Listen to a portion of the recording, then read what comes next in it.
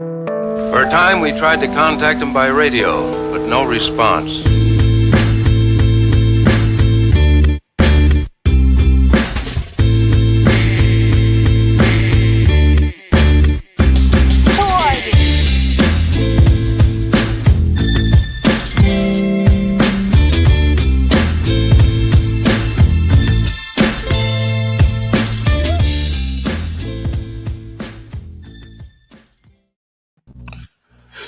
Yes, y'all. Welcome into episode 30 of the Dumb Marks podcast.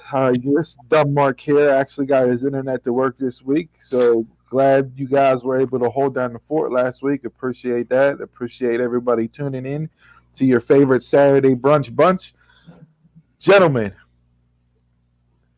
Jay, what up? You got to give me the scoop on the Instagram secret menu where you can order Instagram models. If anyone knows how Instagram works, you gotta spill the tea. You gotta spill the tea because apparently that's a thing. They have a secret menu like Starbucks does, and you can go on and just order masseuses. Like, hey, I know nothing. Come to my house. No, you can't back out. You can't back out. No. What's that Men in Black machine? What you see on my feed, we did not see. No, we gotta get the scoop. Where you see my name pop up, you did not see. Was you data mining? You know, that's what they call it now these days. Yeah, we'll get into that a little bit later in sports, but yeah, that's in and of itself is crazy. So make me aware this in the pre. I told you coming in hot and heavy. I need to, y'all figure single. I figure you got the ends. You could school a married guy that's been out of the game for a decade plus. Like, let me know. You know what I mean? I have Instagram. I just don't use it like somebody else on here. Hey. Yeah, I'm just clicking hearts on pictures. Meanwhile, people got a whole dark web side of Instagram where they're just ordering everything. Like that's how the gram is putting it down there. They got the secret sauce over there.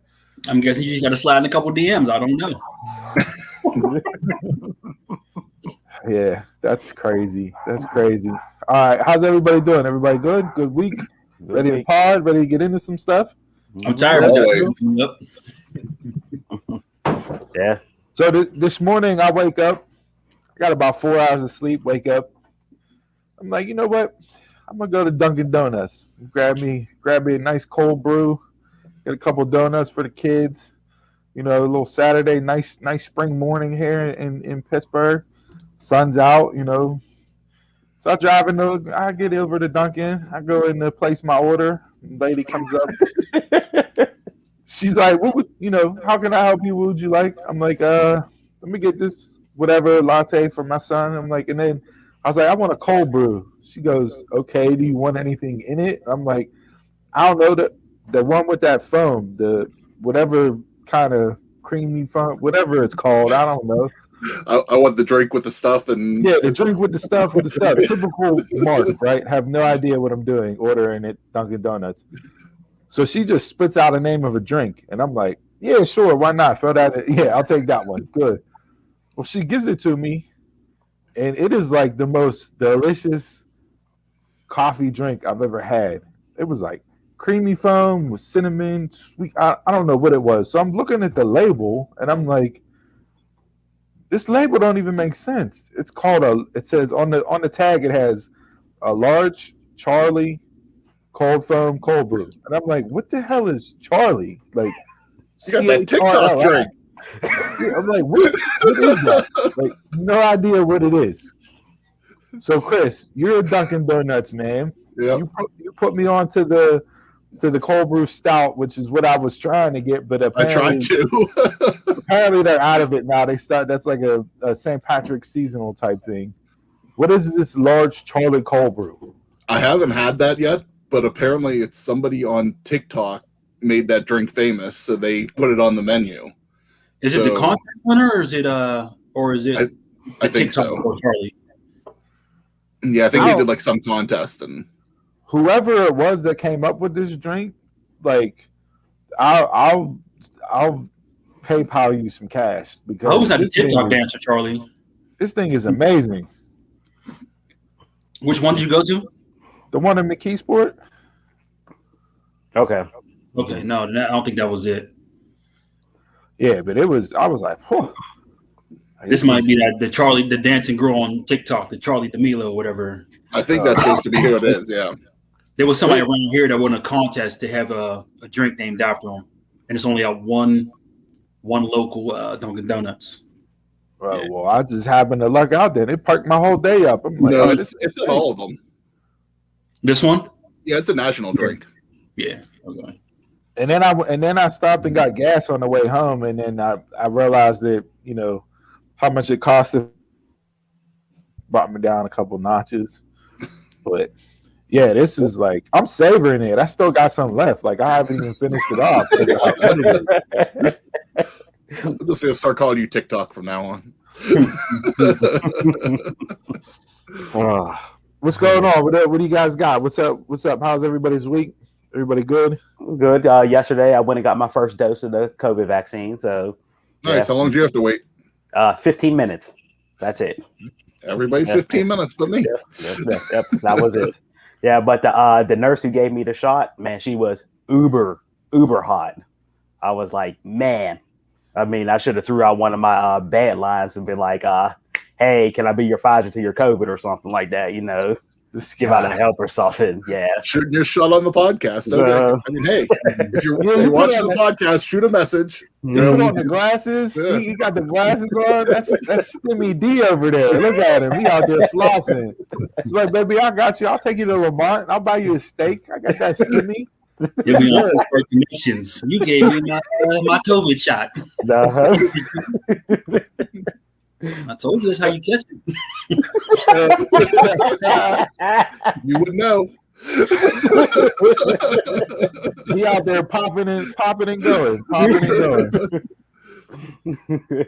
Yeah, but just like you guys said, that she had no felony, so she's not good for me. I mean, you don't know that about her yet. Yeah, very true. Yeah.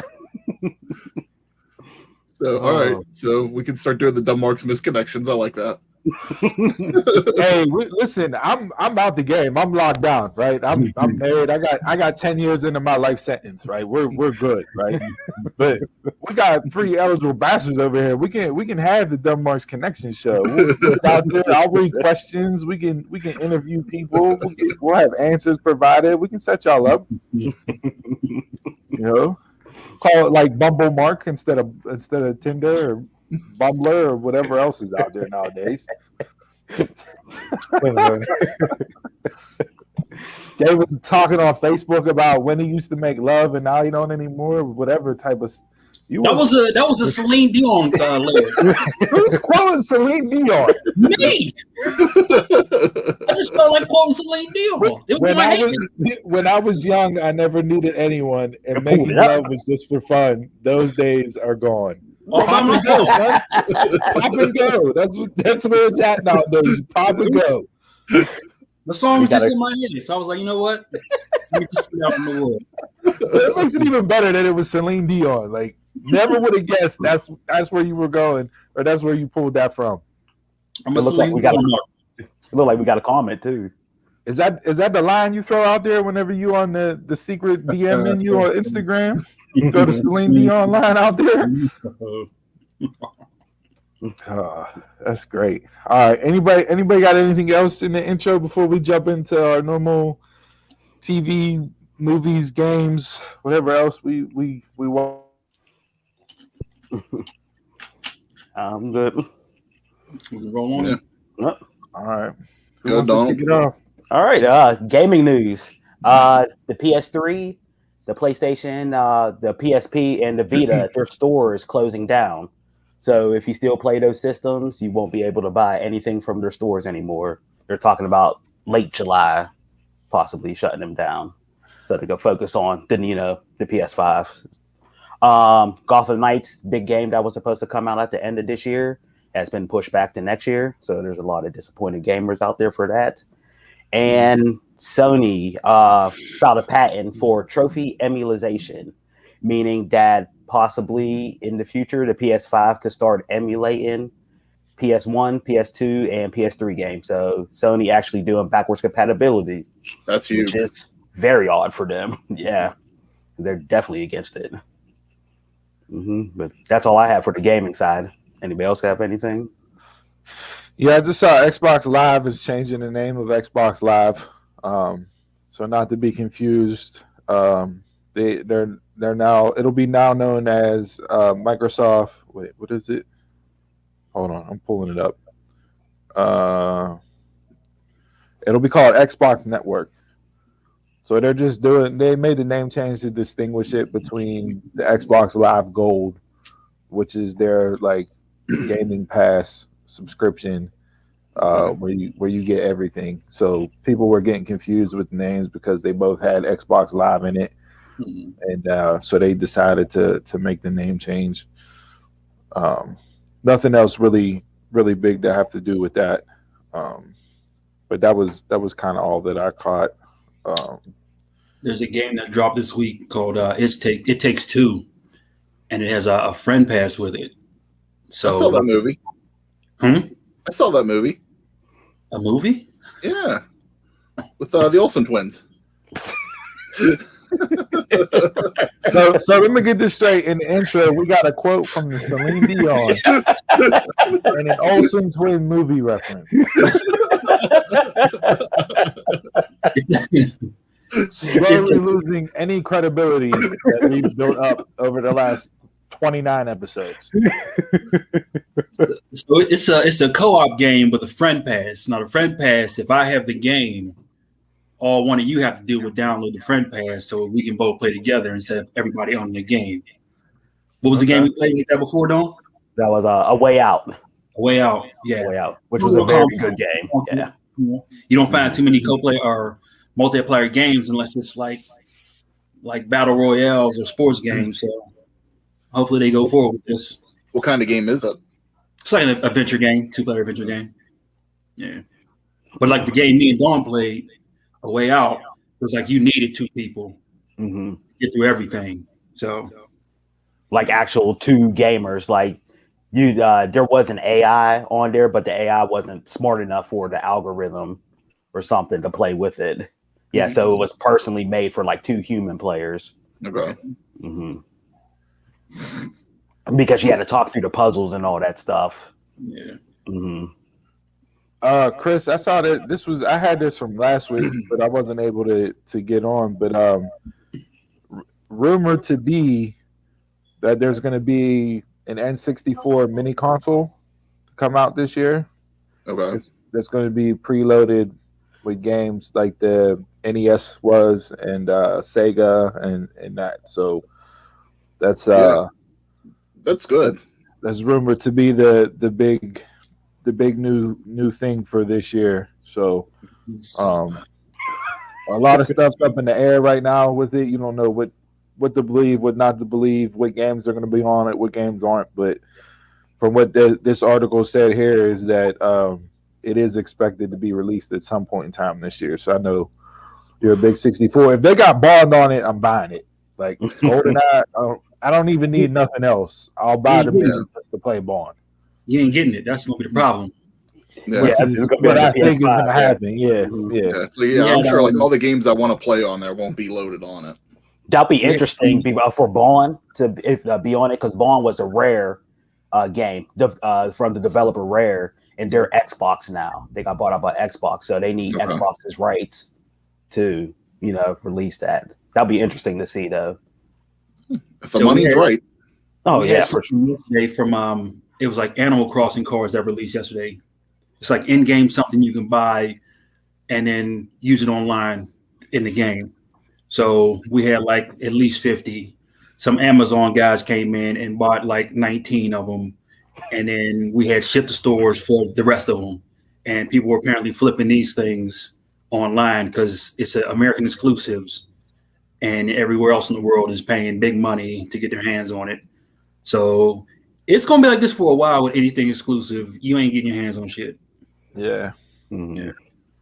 Yeah, that's crazy. I don't buy any of that stuff anyway. So Yeah. Any new system, unless it's software, you ain't getting your hands on much until later on in the release period. I think that was Dawn a couple weeks ago that had brought up, or that they might have been talking about doing the GameCube, as a mini, and so I'm glad they are doing the N64 first. Yeah, go in order. The way they came out. I don't need the GameCube one, but I would buy the 64. Moving into snacks, Jason's favorite subject here. Today we're by home crazy, the 2-pound bag. How old are you?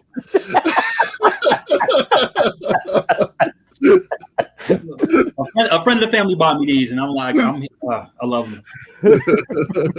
So if you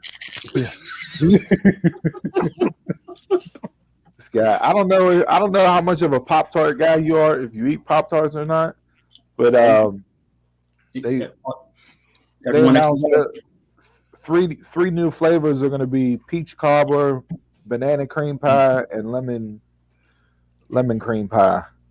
I'm waiting for that peach cobbler to drop. And then also a tropical mango. Mm-hmm. Is this the year of the mango or something? It must be. Pepsi got the Pepsi mango that's out now. I know, Jay, you're on the hunt for that, but and the Pepsi Peak. No, there's no. See, that's where you lose me. You can't have Peeps. That's just gonna be extra sweet Pepsi. That's all that's gonna be. Hey, I'm here for it. Yeah, we just had marshmallow beer. That's different. Hey, when we've had the beer, what do we say? You can't really taste it. We did the Stay Puft which was all marshmallow, and we said, what can you taste? That was toasted marshmallow. So it's not the same. TV movie wise, a couple things that caught my eye.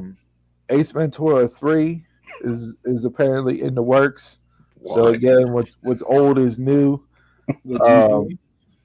Disney Plus greenlit a National Treasure TV series. So if you watch the Nicolas Cage movies, National Treasure, Disney Plus is putting out a series there. And then what was the other thing? I think that was it. Mighty Ducks started on Disney Plus yesterday. I haven't had a chance to watch it. I watched Falcon and Winter Soldier, episode 2 of that last night. Really good. Digging what they're doing there.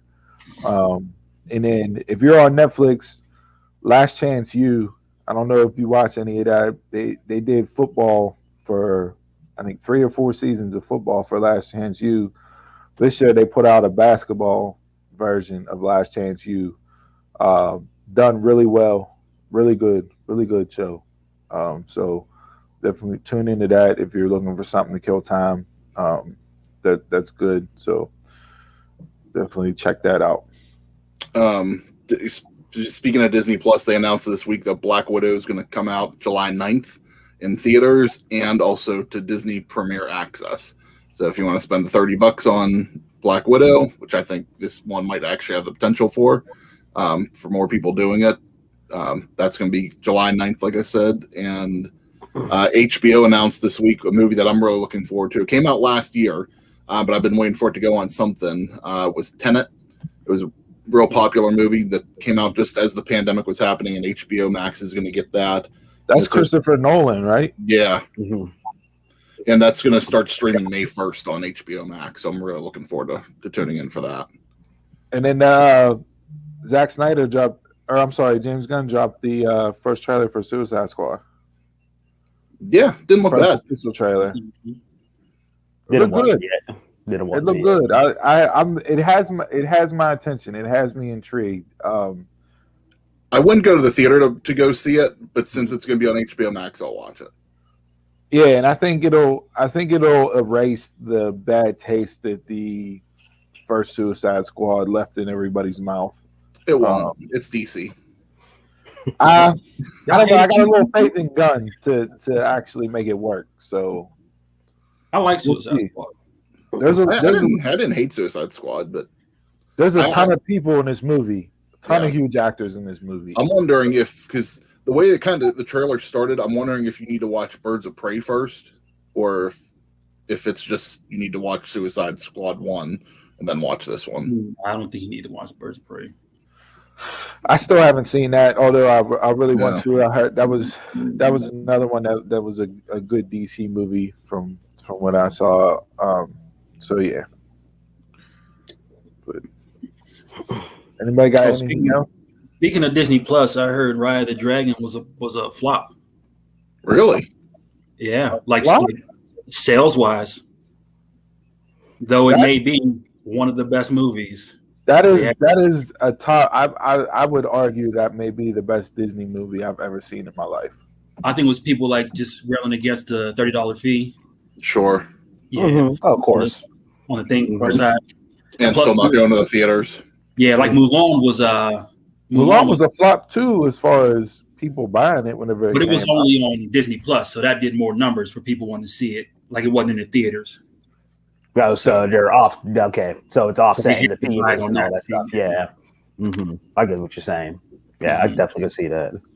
Yeah, that Ride of the Last Dragon. I don't care what your age is. If you got kids, you don't have kids. Like the movie itself, it's just a really good movie. Yeah, I definitely want to watch that. Visuals, characters, story, fight scenes, everything. They have fight scenes make you want to watch anime. And I don't watch it.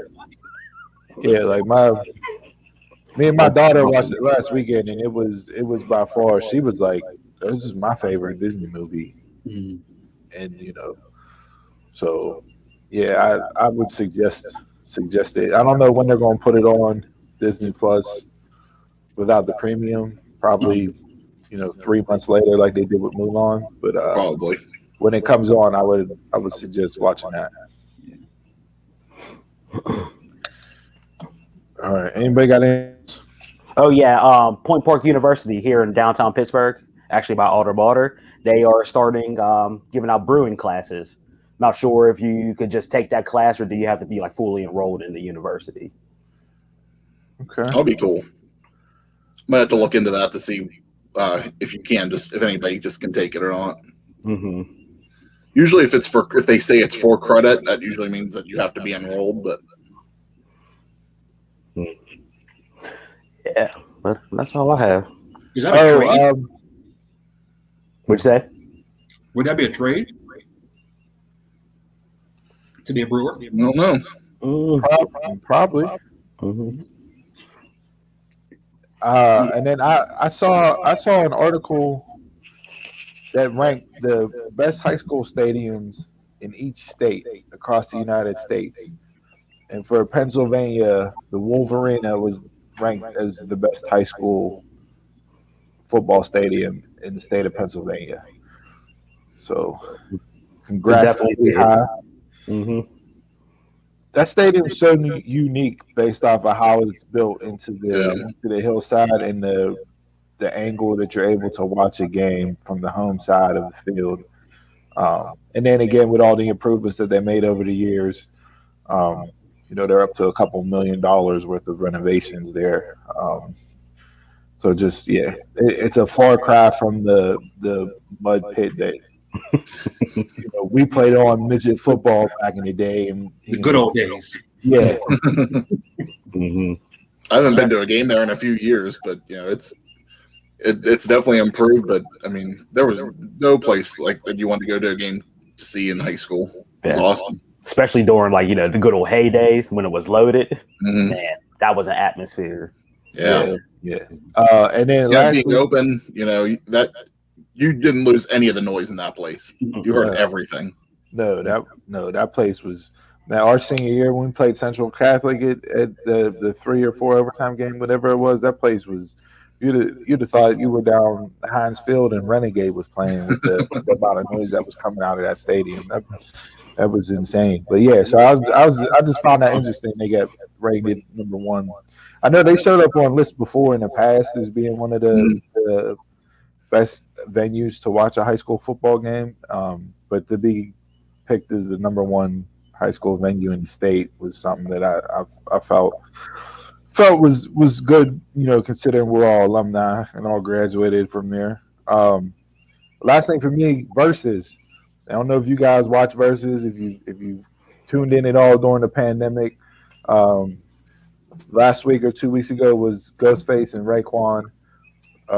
Good show, enjoyed it. But they announced the next 3 that'll be upcoming. And Easter Sunday, we got the Isley Brothers and Earth, Wind, and Fire is Easter Sunday. So they're gonna sing me to sleep. I know that's gonna happen. I know. You won't sleep good that night. That's I got Earth, Wind, and Fire. If you're gonna look at it as a true versus who's better than other, I got Earth, Wind, and Fire. But yeah, you'll have the Pete Shoots and the gator skin with the fedoras. They'll be out. And if everybody's gonna be dressed up for Easter anyway, so might as well just keep them church clothes on for that. You know what I mean? And then on 420, you got Redman and Method Man. So that'll be 420. Yeah, 420. And then, how play somewhere that week. And then the last one, and I don't remember the date, but they announced SWV and Escape. Ooh. So if you're an old school R&B dude like myself, that SWV and Escape is good. Yeah. So snip some lines there, Jay. You can drop them off in some DMs. Ordering off that secret menu. You got me weak in the knees. Yeah, there you go, right there. So, all right, that's it. Everybody good for the intro? Yep. 7 minutes and 10. All right, let's get into the shits and giggles. All right, guys, welcome to this week's edition of Bell to Bell. Before we get into this week in wrestling, I saw a statistic yesterday that I wanted to bring up and just kind of see what you guys think about it. Right now, Kane, who was announced this week as one of the new Hall of Famers, leads WWE pay-per-view matches, all-time record of 175. Randy Orton is third at 173. At WrestleMania this year, he'll be at 174. So it looks like probably within the next couple months, Randy Orton will be the all-time leading WWE pay-per-view match wrestler. I think that's kind of interesting. He's been a great talent, almost 20 years on the main roster. Kane was number 1 at 175. Undertaker was 174, and then Orton right now at 173. Did you watch his Broken Skull? I did. I loved it. He kind of talked like he kind of fills that Undertaker role now. Okay. In the locker room, so it'd be fitting. Then we could definitely see it. Yeah. Yeah, they showed like one of the oldest on there. They showed a clip of his first match with Undertaker on SmackDown after he debuted, and got a ton of offense in. Undertaker was taking back body drops and getting hit with drop kicks and everything else. And he tells a story about when they came back through the curtain, Vince was yelling at Taker, like, "What the hell are you doing? This, that, and the other." And Taker was like, "Well, isn't this what we're supposed to be doing? Creating stars?" And he talked about how Taker saw something in him, and gave him the rub and gave him that, and he's always kept that in the back of his mind, and now he's in the position to do that for other people. Here's the kicker: they cut out all his offense on the cut show. out all his offense. So they put on this great match for the people in attendance, and when it aired on SmackDown, it was a 3-minute match. Because SmackDown was taped back then, so. But yeah, no, that was one of the better Broken Skull sessions. That was I'd put that up there and probably in my top 5 of Austin's Broken Skull sessions that he's done. I'll check that out. Completely different side of Orton. Yeah. And he talked about everything except for his suspension. Yeah. Okay. So he was an open book as much as you'll get somebody to be an open book. There wasn't anything that he really shied away from too much. So definitely tune in and watch that. So And he's definitely a future Hall of Famer. There's no doubt about that. Yeah, So, yeah. we're in. Let's just get into him and the returning Fiend or Toxic Avenger or Swamp Thing or Jason Voorhees. all melded into one. I didn't watch Fastlane. I was not tuning in for it. you missed nothing. I read up on it. Got some people seem to enjoy the story that they told with Edge and Roman and Daniel Bryan. We'll get into that when we touch on SmackDown. That was the best That was the best match of the pay-per-view. It wasn't bad. It was just some finishes that threw you off, and it was just like, yeah. Yeah. So I had no desire to tune into it. But what did you guys think of the Fiend's return? Some rumors out there have it as it being Bo Dallas, and the actual Fiend version of Bray Wyatt will return at WrestleMania. Give Bo Dallas something. I'm on the Bo train. Always been on the Bo train. Yeah, yes, he is. Hey, in the Attitude Era, we were on a different train. It wasn't Bo. Okay, we already talked about that in the intro. Well, I mean, I guess like Peacock, we gotta edit our content too, because they're going through and stripping away all the good stuff. So how do you guys feel about that? Because WWE Network used to just put an ad at the beginning saying, there's things on this video that whatever the parental advisory was. Disney does that too. They just throw an advisory at the beginning, but Peacock is actually editing the content out. No, you gotta fight for that. Yeah, I don't know what it's gonna look like, but if that's the case, then you're gonna wipe out the entire Attitude Era. Absolutely. How are you gonna watch a Raw from the Attitude Era if they're going through and making it? No Val Venus and Kai and Tai, that's for sure. Yeah, making it align with standards and practices in today's world. You might as well not even move the ECW catalog onto Peacock. None of that's going to be able to air. You got to have like a Peacock at dark or something. Peacock. I understand why they did it. Right, they got paid boatloads amount of money for Peacock to be the streaming provider for the network, but at the same time, at some point, you got to look at it and go, is the money really worth it? And if they're editing content and they're taking stuff out and blurring stuff, like it's not. The network was so great because it had the history of so much wrestling. You go back through the course and watch different territories, different promotions, everything. And you could get all that history because WWE bought all that history up. But now that history is not going to be told the same way if you're editing content and you're taking stuff out and everything else. So yesterday was the 20th anniversary of the last Nitro. So this week was whenever they had bought WCW. So I mean that's how this all really started, was from that. Now, Steve, where did you watch the Orton Broken Skull at? I watched that. I watched it on Peacock. Because I wanted to see what I wanted to watch something on there before all the stuff for Mania Week comes on. The thing that I did not like about it was all the ads. Yeah, I was ready to throw my controller through the screen. I think there was I believe 8 to 10 ad breaks during the course of the Orton Broken Skull session, and it was about an hour and 40 minutes long. Man. And so I tweeted, I forget who, some blog or whatever, dirt sheet, whatever, asked, issues with Peacock and would you guys see? And a lot of people with Fastlane were tweeting about being on a 2-minute delay, a 4-minute delay, not being able to pause the show, not being able to rewind it live. Like a lot of stuff that you got the capabilities for on the network wasn't available to you on Peacock. And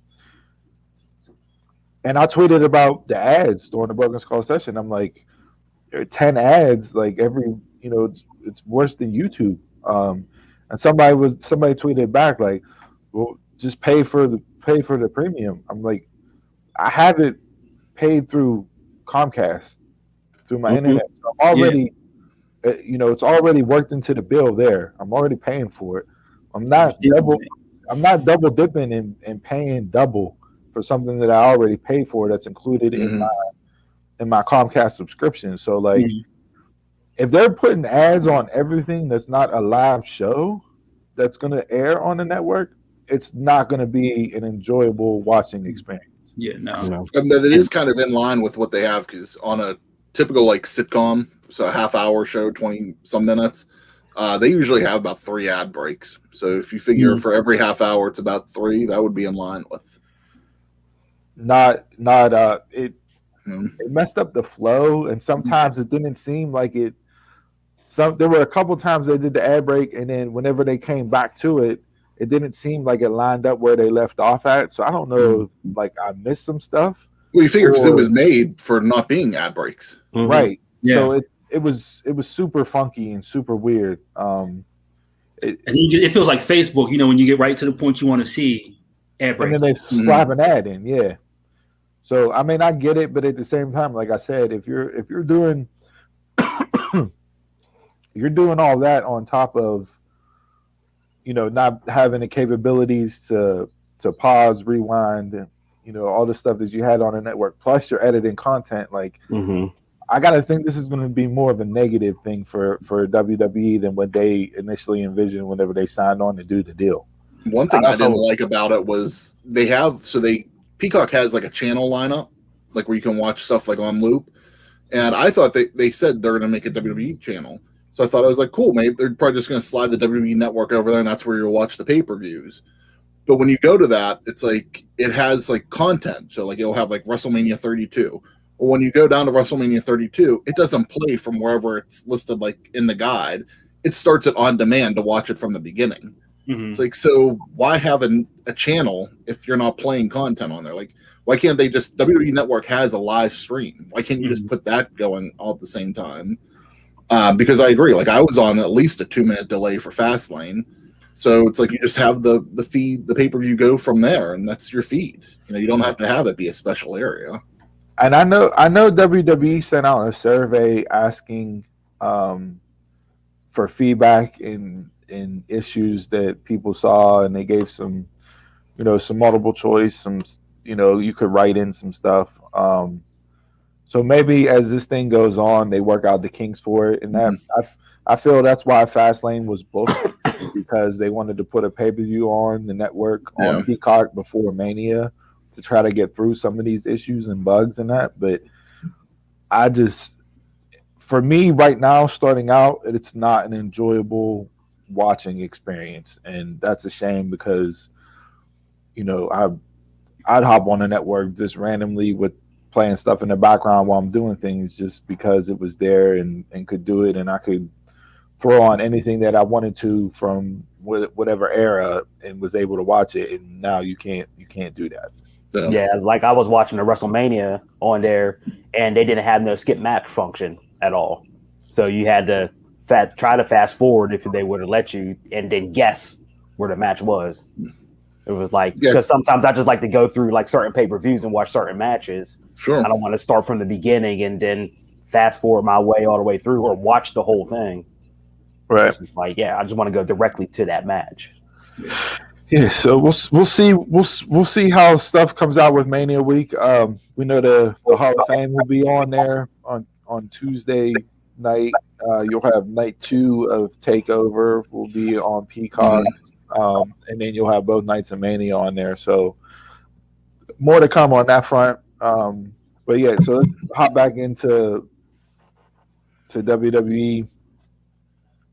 I want a match at WrestleMania. So I just been granted a match of WrestleMania. Okay. That was the theme of the show on Monday. Yeah. Just hey, I want a match. So great. Okay. I want a tag team match for the belts. Great. You get a tag team match for the belts. Good job. I want a match for the women's championship. Hey, great. No problem. You have a match for a women's championship. Wait a minute. That's what you wanted. No. not that way. You wanted an elimination chamber. No, I wanted anything else besides what they did. She just walked down and asked for a match, and it was like, I accept. That's the laziest, dumbest booking I've seen. Unless you're the Miz, because the Miz did the same thing, and they just didn't give him the match. Makes no sense. No sense. There's 1,000 different things you could have done. The storytelling for this Mania is garbage. It is. It's bad on both sides. Mm-hmm. The only storyline going in, and I don't like it because to me it wasn't necessary, but is the triple threat now between Roman Edge and Daniel Bryan. That's been the only story worth tuning in for the build. Shane and Braun with the whole Braun stupid has been garbage. Bianca and Sasha, the match Bianca versus Sasha should main event night 1 of Mania. The story that they've told for Bianca and Sasha, you can't have them main event night 1 of WrestleMania because the story's been horrible. It's been atrocious. Drew and Bobby makes Monday night made no sense. So Drew's gonna have a handicap match, so Cedric and Shelton can't interfere, but yet MVP still at ringside. So you only took away 2 dudes. You still have one dude at ringside, and then Bobby goes and puts a hit out on Drew, and he asked the squad that's been chasing around R-Truth for 6 months to take Drew out. When you have Shelton and Cedric to do that for you. To do that, but you just yelled at them for doing that earlier in the night. Makes no sense. No sense. Jay, come on, WWE Stan. Where you defend this crap. Please. Is it giving your man Ricochet a storyline? No, it's not. No. When I saw him in the group, I was like, "Dag, he exists." Truthfully, it was like he exists. He was on the bench. He's getting more over doing TikToks with Reginald than he is on WWE programming. Yeah, Monday was bad. How does Monday night make sense for anything that they did with Drew and Bobby at all? Add a stipulation. You can't have people around the ring. But you still got somebody around the ring. A hobbled MVP. Of course he's going to use the thing, but use his crutch. No, let it happen. Let it play out. It's too close to Mania to let it play out. Like Paul Orton. Let it play out. You'll find out that he wasn't injured this whole time and just going to use the crutch just because, he just needed it. Put the belt on MVP. It makes no sense. It doesn't. It doesn't. So, like, I know the women's division, the women's match. Do I want to see Rhea and Asuka? Yes, absolutely. Am I happy that they just had Rhea walk out there the night she debuts, ask for a match at Mania, and Asuka give it to her? No, they could have done a bunch of other stuff. I get that their plans had to change for Mania because Lacey got pregnant, so you couldn't have Lacey beat Asuka and then Charlotte beat Lacey at Mania, which is what they were going with. So I understand that, but you still had how much time to write something different? Yeah, they had enough time. Why did you have Rhea finish second in the Women's Royal Rumble and then not have her on TV for 6 or 7 weeks and then just trot her out during a debut and ask for a match? They could have even done one type of tournament match on Monday night that she could have won to win. Because everybody's in a tag team now. One win and you're in? They've done the stupid Battle Royals. That aren't Royal Rumble matches. They do the Battle Royals to be the number 1 contender. They could have done some type of match, Fatal 4-Way or something. I thought they would have did that for the men and have that be the match at Fastlane, but no, they just booked Drew versus Bobby. Like, oh hey, here's your main event for night 1, Drew versus Bobby. Like, there's like I said, story wise, there may be 2 matches. I'll go Cesaro and Seth would be the other one, where they've told some type of story that I'm somewhat interested in. And that's even crazy because this is Cesaro's first singles match at Mania. He's been in the company 11 years. Wow. How do you have Cesaro on your roster for 11 years and this would be his first singles match at Mania? He was a tag guy. But you really look at Cesaro and go, "Oh, you look at him as a tag guy." No. I mean, he won the Andre Battle Royal at WrestleMania 30, but yeah, that's a Battle Royal. Yeah, I was gonna say it's just he was a single for that, but it wasn't a singles match. But that was the last time they really had put him over at Mania. So 7 years ago? Listen, I am much more invested and much more looking forward to TakeOver than I am WrestleMania. And if I had to pick, hey, you could only watch one. I'm picking TakeOver, and I'm not watching Mania. Yeah. That's usually the way it goes with whenever TakeOver and Mania, TakeOver and WWE are at the same time. I prefer to watch TakeOver.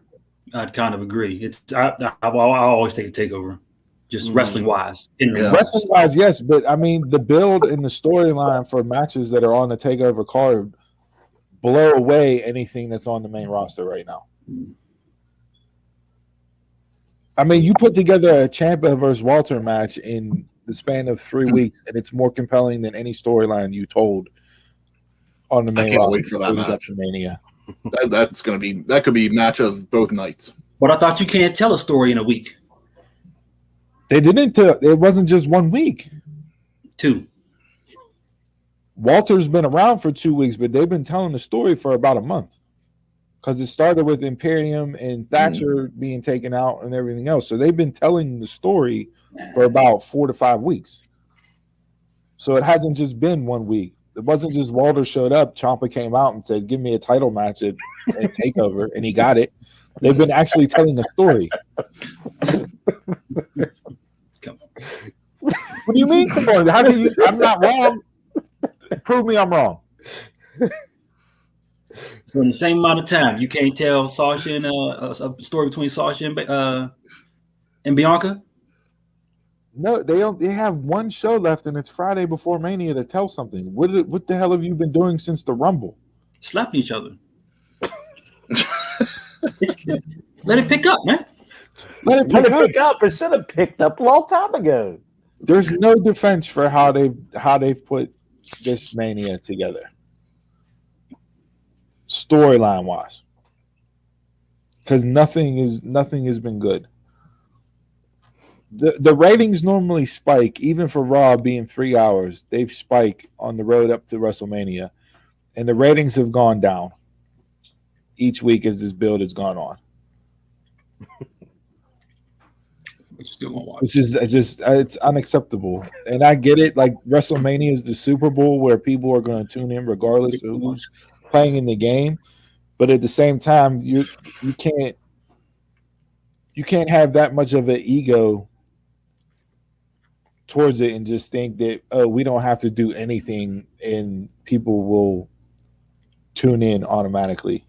Think about like 10 plus years back, as soon as the Rumble happened, you tuned in for Raw every week because you knew from Rumble to Mania, you were having consistently good shows building up to WrestleMania. And like we've said in the past few weeks, all it is, it's build up to the next event. It was build up to Elimination Chamber, it was build up to Fastlane. Now we're 3 weeks to Mania, and now we're starting to get the WrestleMania build.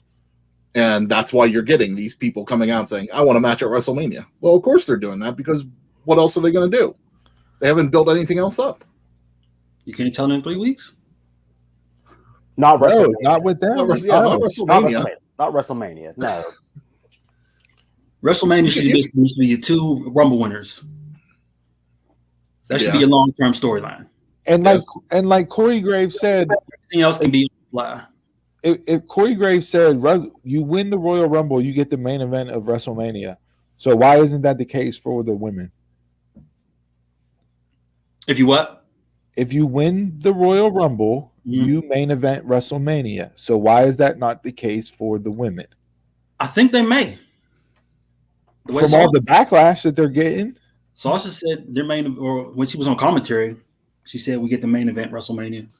So maybe. And don't give me a. I just said that because it was Drew McIntyre on night one, and I figured they'd favor him over a women's match. So I wasn't sure if it was the main event or not.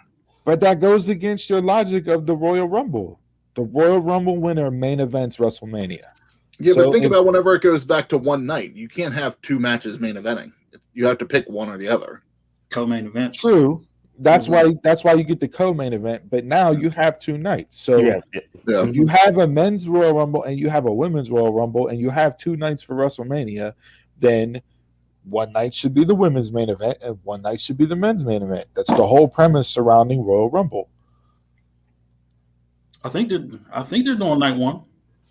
They announced Bobby and Drew as main event. They did. Night one. They announced it Monday on Raw. They announced it. Yeah, they released the card. Okay. Mm-hmm. And that's and then every time they showed up, when they did the hype on Friday. Here's a result from the web. What's seriously from the web? Don't let's not have a CNN issue where we're going to the touch screen and we pull down a search bar that's not necessary. That's why you got the TV behind them. I was just activating on this thing. I don't have voice command. But yeah, no, they whenever they ran through the card yesterday during SmackDown, like they was like night one, all these matches and all that stuff, and Bobby and Drew was, they said, the main event. The women were last. When they ran through the lineup, the women were last.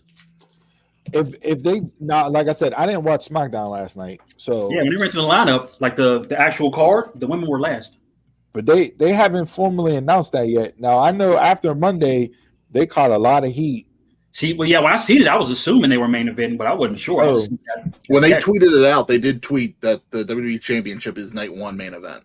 Okay. They did put Sasha and Bianca on night one too, but they have the WWE Championship as the main event. Okay. But we still have 2 weeks to WrestleMania, so things can change, and they probably will.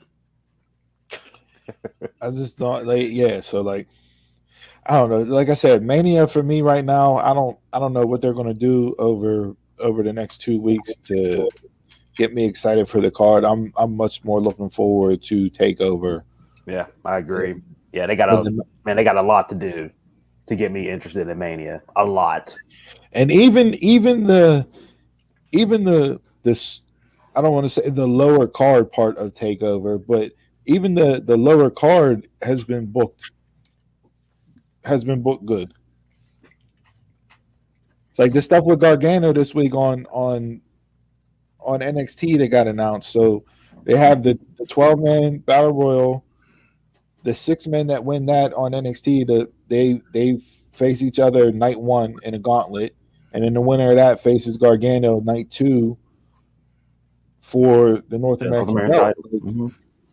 That's a 2-week storyline, Jay. Well, it'll be 3 weeks because they made the announcement last week. But do you understand the rules, though? That's a 3-week storyline. Now I do. I thought I was drunk whenever Regal was talking, or I thought maybe Regal was drinking again. I don't know. I thought it was I was so confused by the time that segment was over. But that's an example of a 3-week story that makes sense. And okay, I want to see who has to face Johnny on night 2 after going through a battle royal and then winning a gauntlet. Are they even going to be able to compete? Are they going to be able, how banged up are they going to be going into night 2? Like, that's a story that can be told in 3 weeks, and it makes sense. And it's on the lower part of the card, but it's still going to be compelling, and it still has my interest to make me want to watch it. So it's just better storytelling. Yeah, it's just the difference between NXT and the main roster again. Mm-hmm. So I think, we brought up the issue with Peacock with ads. Wednesday night watching NXT, like even them with ads, it's starting to wear on me. It's just so, I know the company is what it is, and they have to placate to their sponsors and get the ads in and everything else. But it's just like, for me, at times it takes me out of the show, and it just makes it like, okay, this is just another big corporation, which it is. You didn't like the NWO CarMax ad?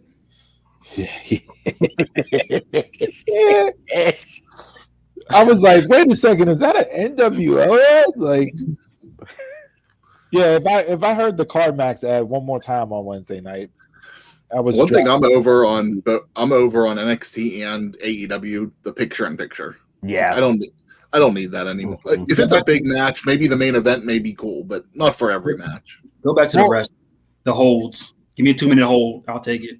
Yeah. AEW, when they first started doing it, like, you had to watch it because there was stuff that actually mattered. Like, when Sammy Guevara would use the cards, would crack me up during the commercial. Yeah, like stuff like that. And I know Tony Khan at one point came out and was talking about how, like, they want to keep picture in picture. Like, they were going to have like matches end in picture in picture to keep people there.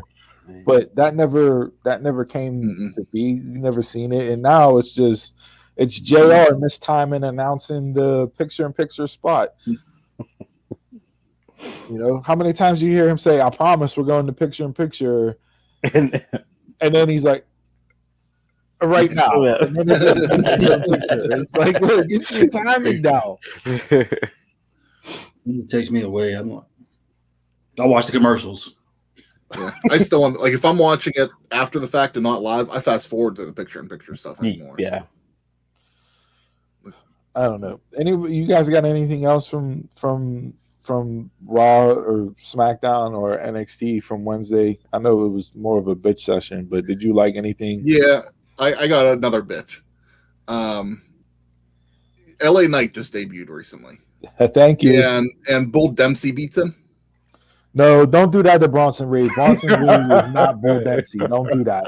How isn't he? Don't do that. Bronson hasn't proven anything other than that yet. Bronson, and maybe this is a way to get Reed over, but Bronson Reed is not Bull Dempsey. Bronson Reed has more of a chance to become NBA title holder. Yeah. No, don't do that to Bronson. I like Bronson Reed.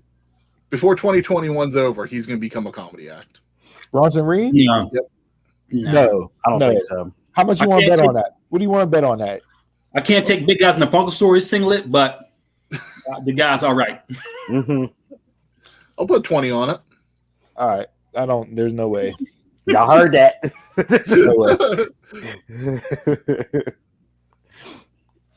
No.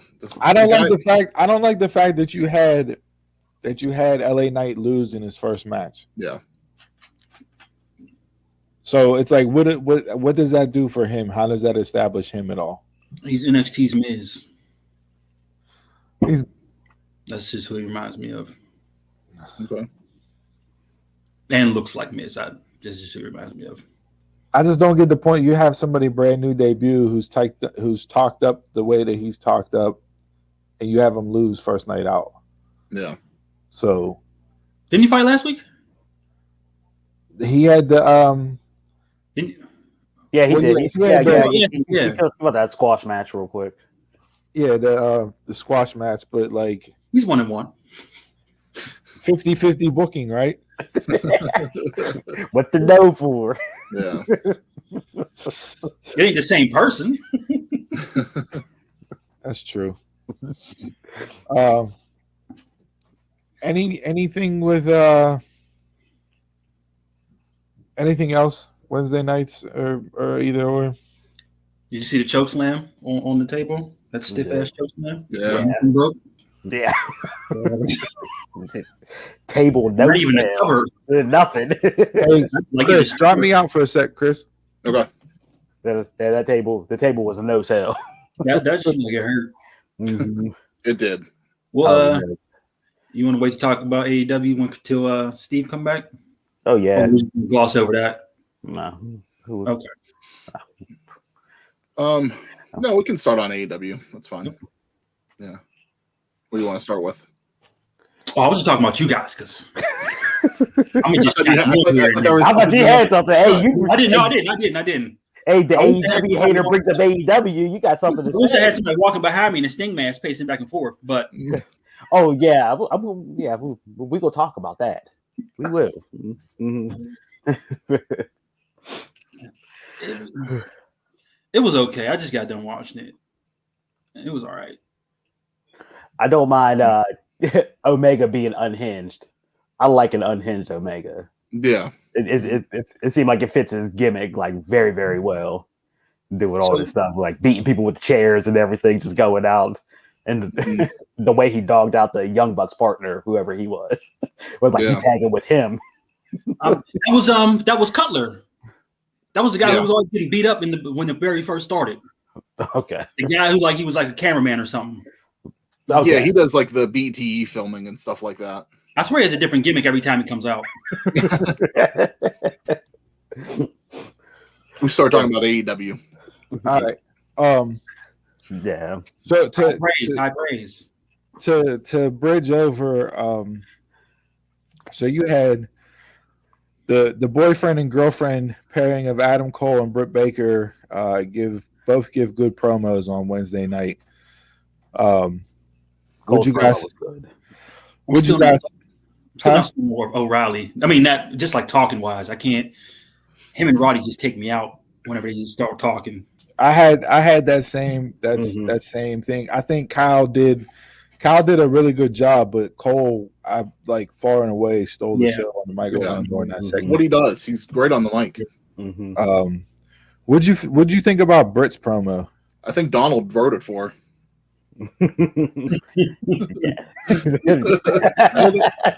I enjoyed it. I did. Bully Ray and LaGreca talked about on their Thursday show, on their recap on Busted Open, how they felt that it was a forced promo. I didn't feel that way at all. Not forced as the writing, but forced as in making her stay a heel. I didn't feel that way at all about that promo. So their thinking behind it and how Bully broke it down was the fact that you have this career defining, career altering match where you get a ton of praise and love and everything else. And when she comes out, the fans in the stands that were there, this place were cheering her, but all the wrestlers around the ring were the ones that were booing her. Mm-hmm. And to Bully, even the cheering wasn't even all that much. I couldn't tell. I thought it was. Yeah, I heard. I mean, there definitely was cheering, but it definitely wasn't like long term. I know you hear the guys around the ring more, so yeah. But yeah, to Bully, it was why not listen to your audience in that point?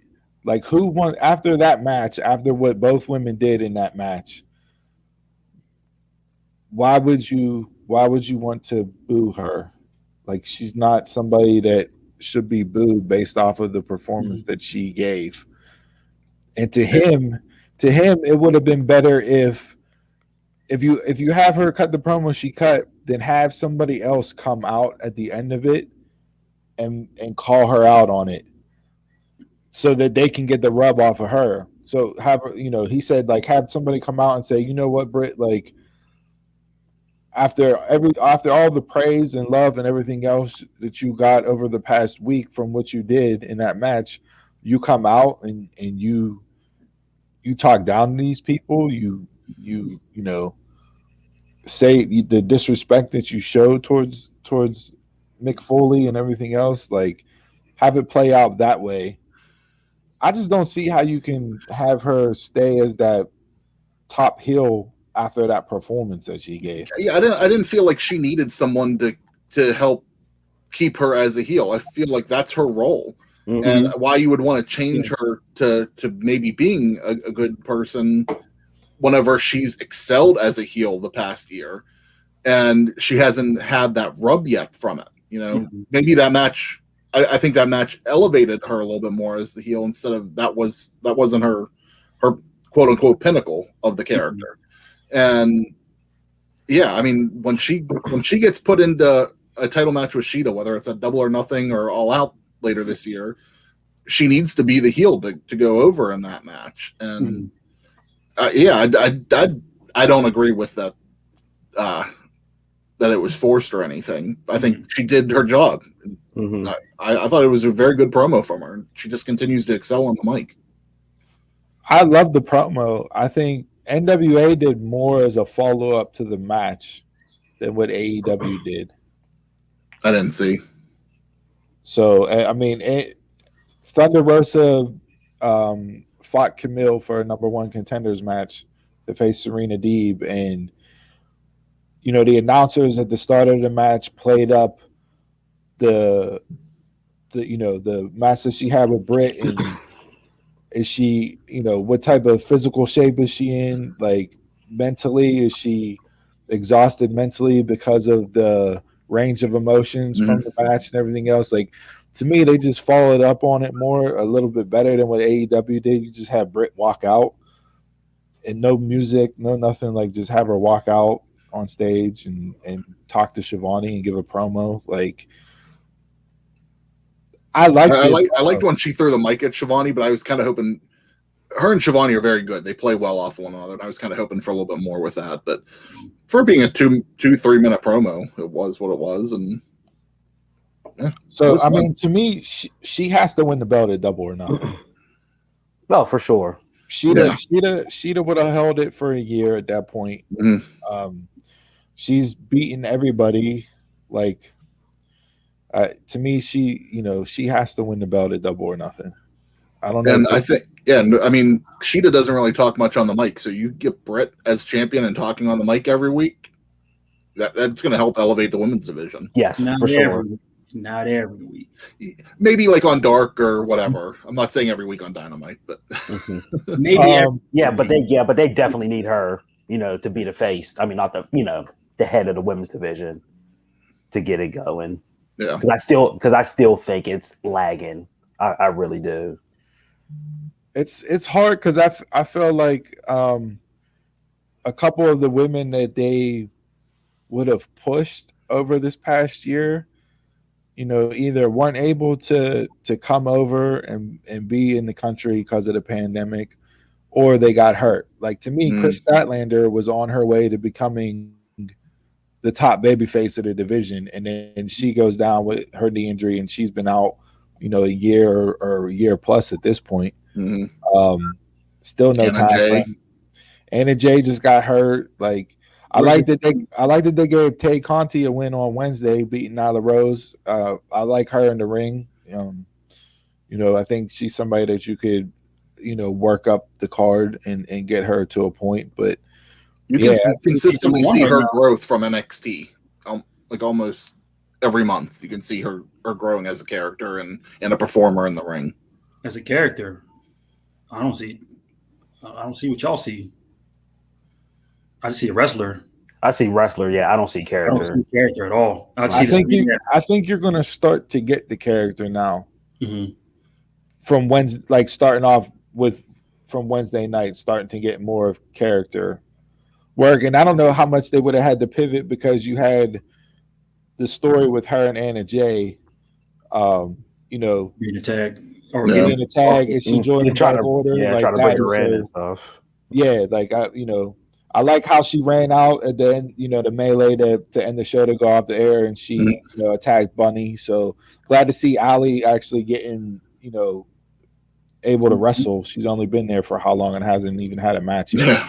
So, let her get in the ring. She's somebody that can go, another person that you could have work. So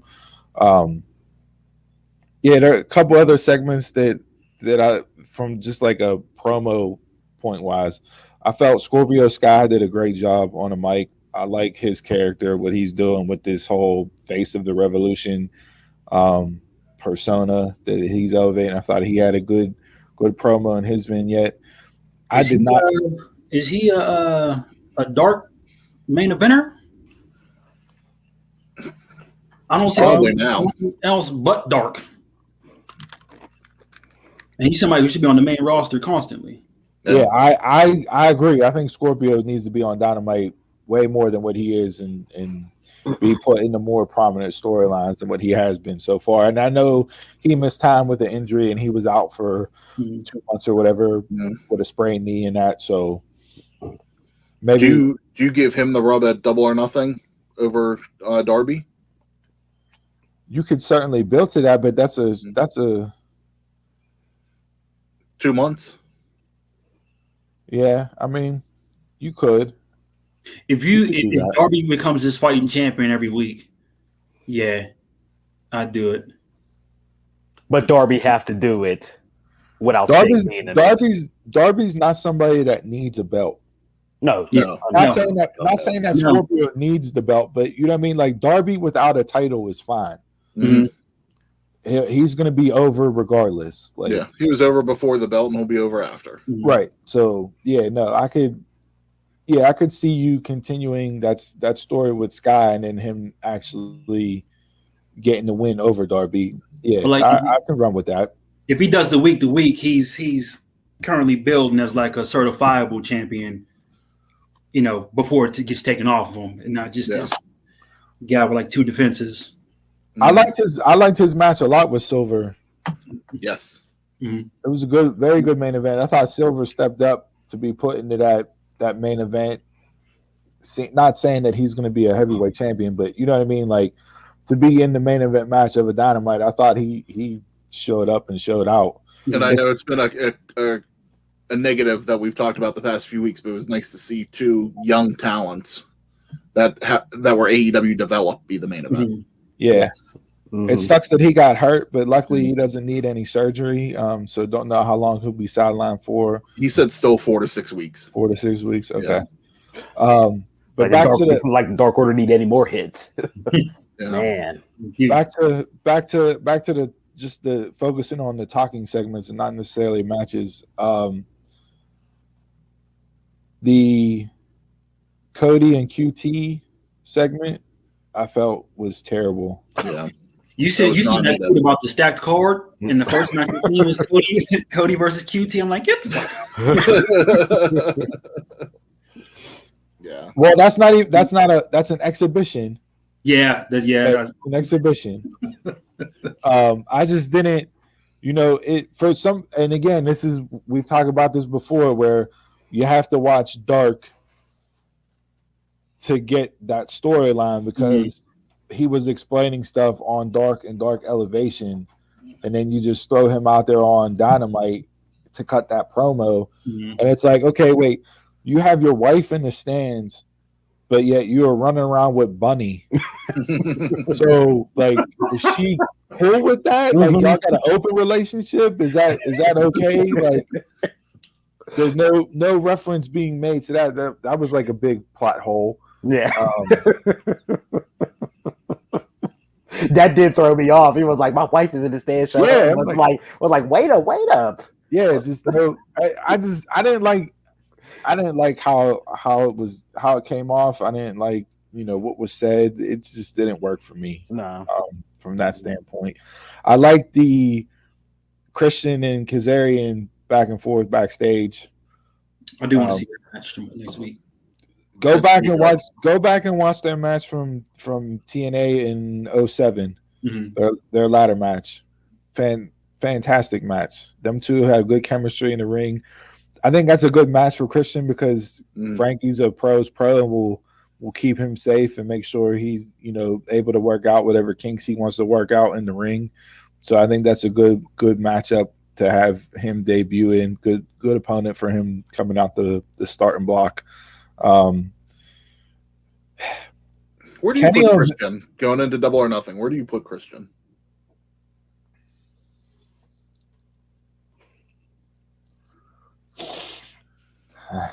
In the title picture?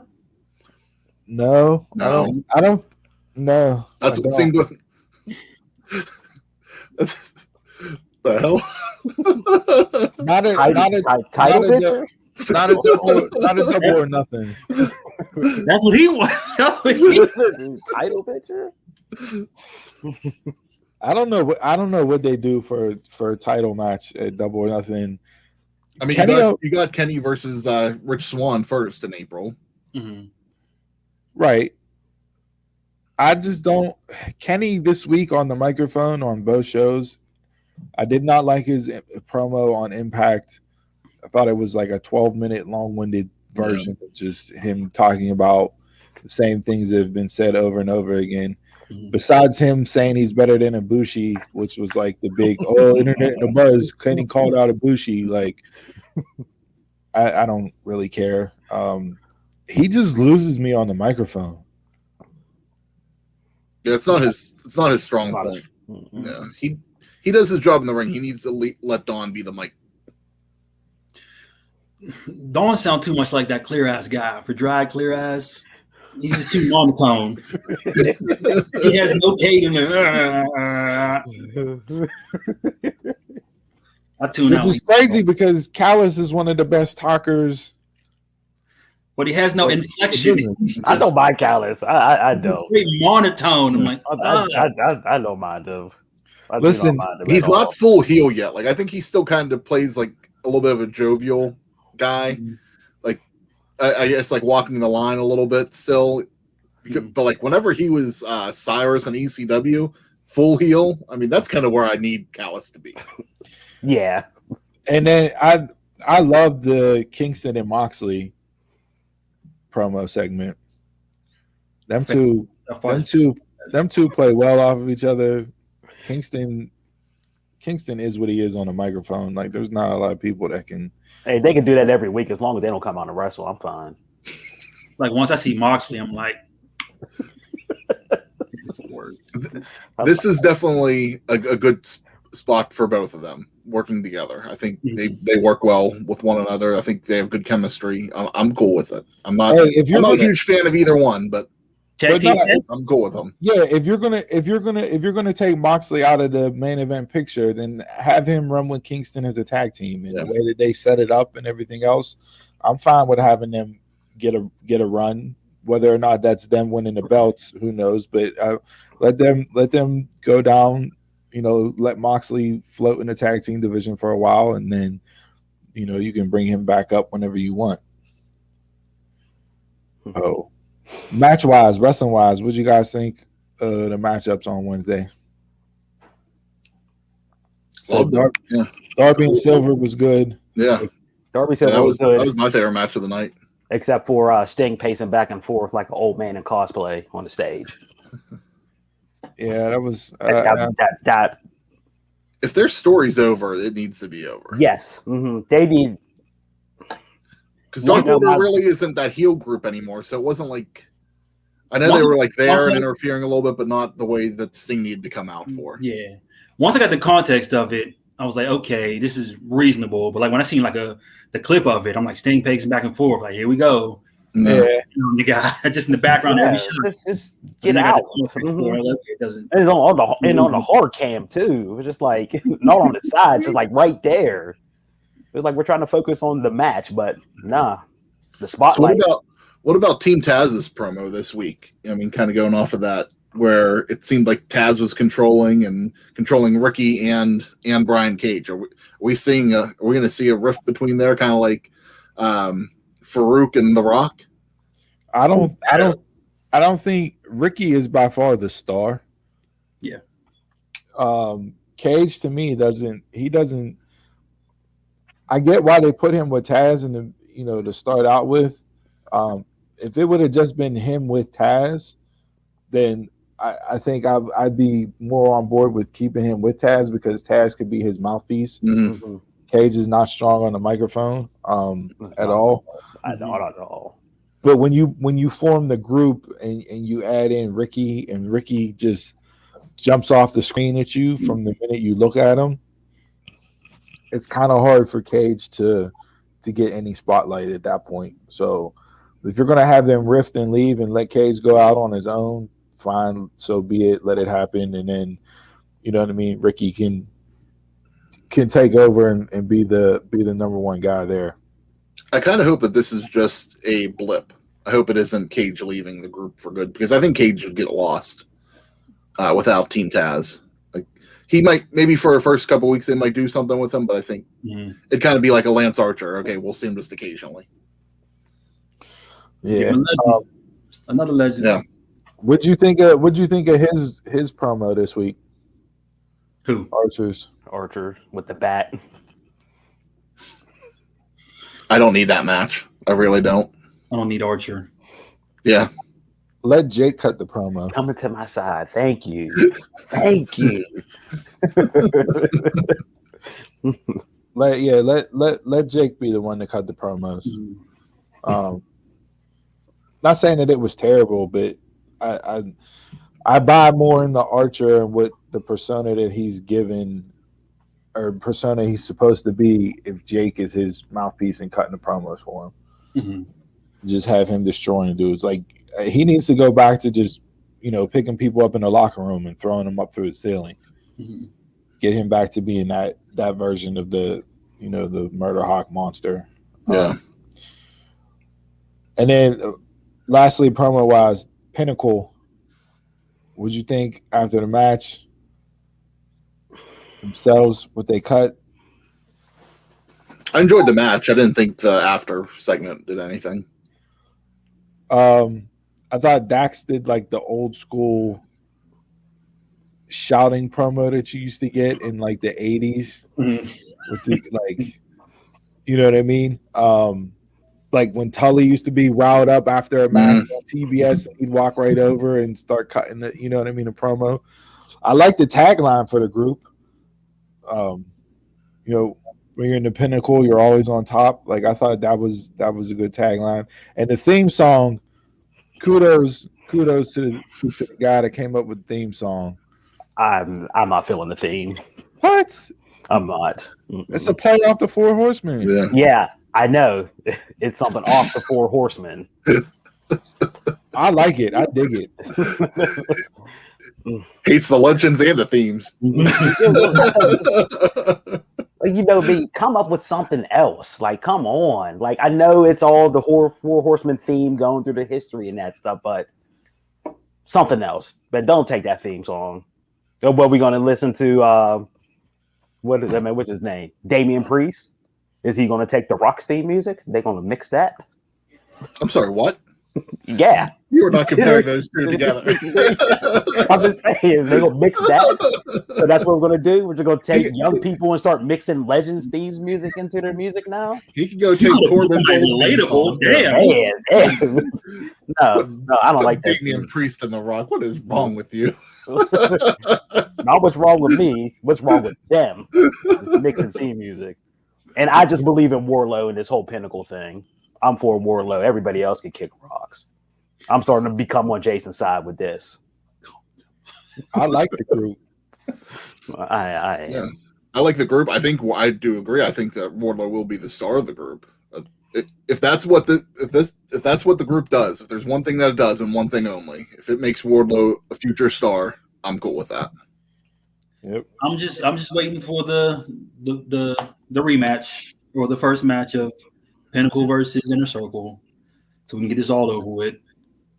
That's all I'm waiting for. Yeah, there'll probably be a stadium stampede at Double or Nothing. No, don't. I'm waiting for Inner Circle to come back.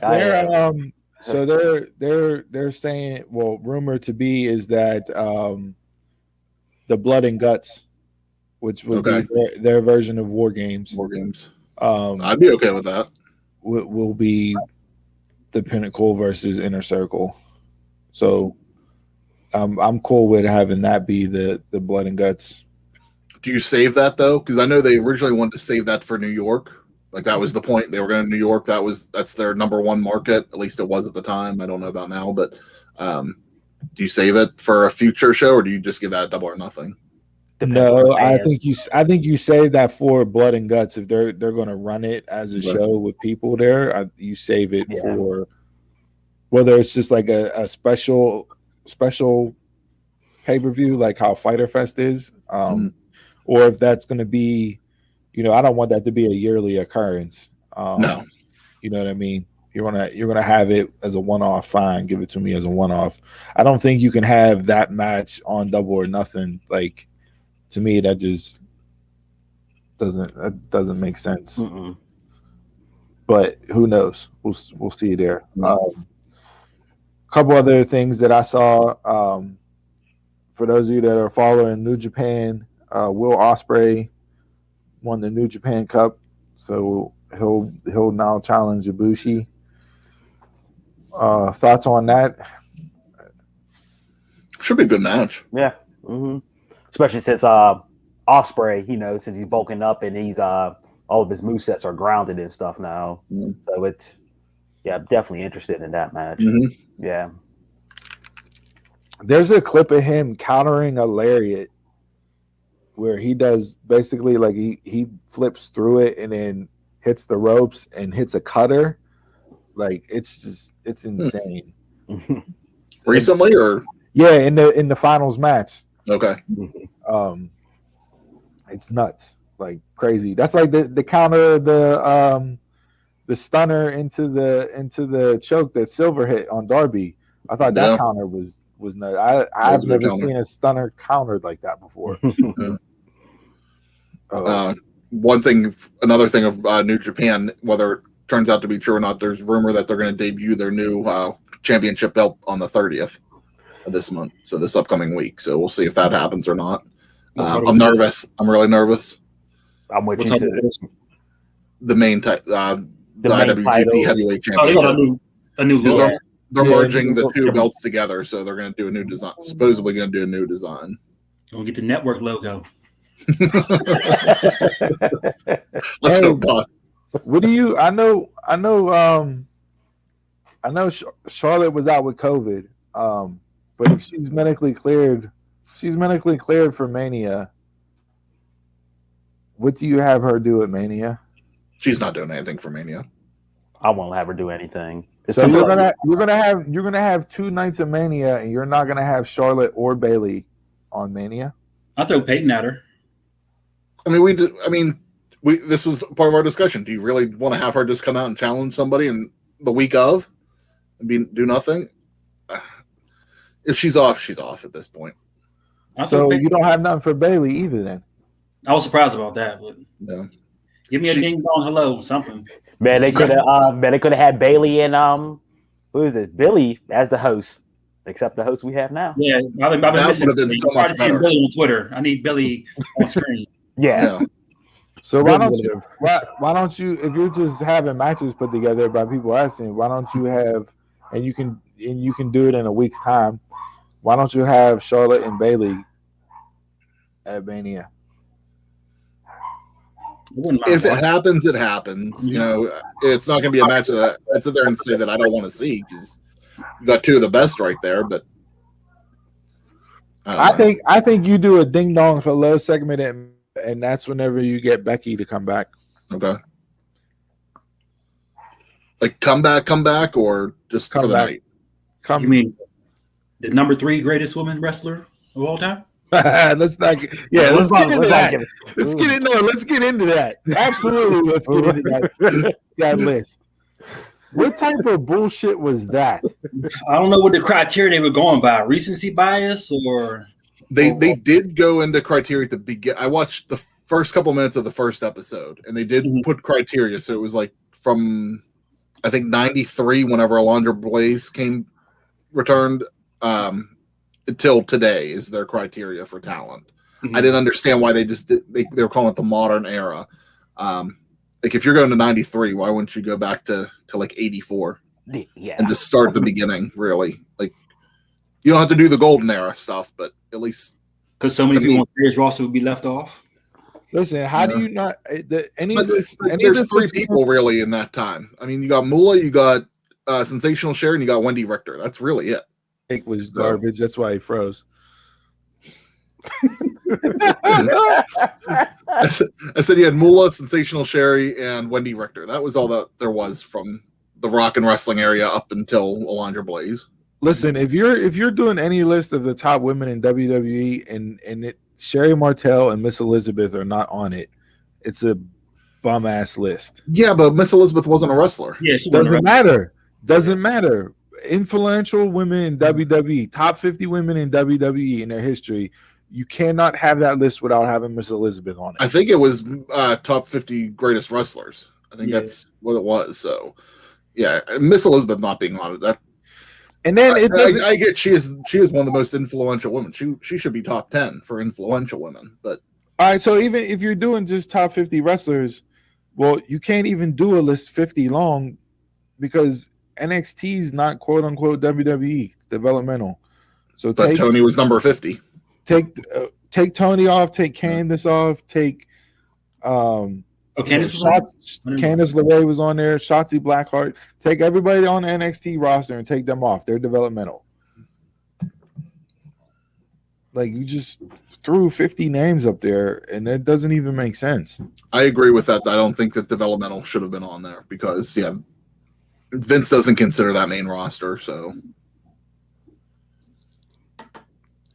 then you have Ronda Rousey on there, whatever she was, and she was 9. there for a year. Number 9, above Bailey. I think she was above Bailey's. I think she was above Alexa Bliss. Mm-hmm. The Bella Twins were like in like the 30s, and Nikki had the longest reigning. They were together of the Diva. They were together. But were they really great talent? I mean, again, this is going back to your criteria in that. Mm-hmm. In the beginning, I liked Brie better, talent or wrestling wise. Oh yeah. But then when she came back, it was like, okay, Nikki's better. Wise. I mean, I'm cool with the Bellas being on there, but I think their place was justified. Caitlyn at 49 is sheer robbery. We won't go into that. Like, if you're going strictly wrestling wise, where's Natalya at? I think she was 20. 20, yeah. So she deserved to be a little bit lower in the list. Yeah. You mean higher? Yeah, when you do this, it's confusing which way to go. Higher. Yeah. She deserved at least a 5-point bump. At least, if not in the top 10, because I get her character hasn't always been the most influential for stuff. But longevity and talent. Wrestling. Mm-hmm. Yeah. Beth Phoenix should have been higher. Yeah, she was 11? I think she just barely missed the top 10. Lita should have been higher. Should have been. Mm-hmm. Like Jazz should have been. I like higher. Becky, but I like Becky's interview or her mic skills better than her in ring. Way better. Yeah. Becky's in ring is choppy. Yeah, I didn't. So I didn't get that at 3. Yeah, they just got the 3 because of the man gimmick. Mm-hmm. Oh, for sure. Mm-hmm. I mean, and being the 4 horsewoman. Yeah, that's. Then you have like Sable at 16. Is that going off wrestling? Yeah, no, she should have been lower on the list. Because how many fights did she really like? How many matches she had? I remember the mixed man. I remember Powerbomb. That's it. Yeah, that's all I remember too. That WrestleMania. Yeah, she held the title and really didn't do anything with it because it was her, Jacqueline, and Tori.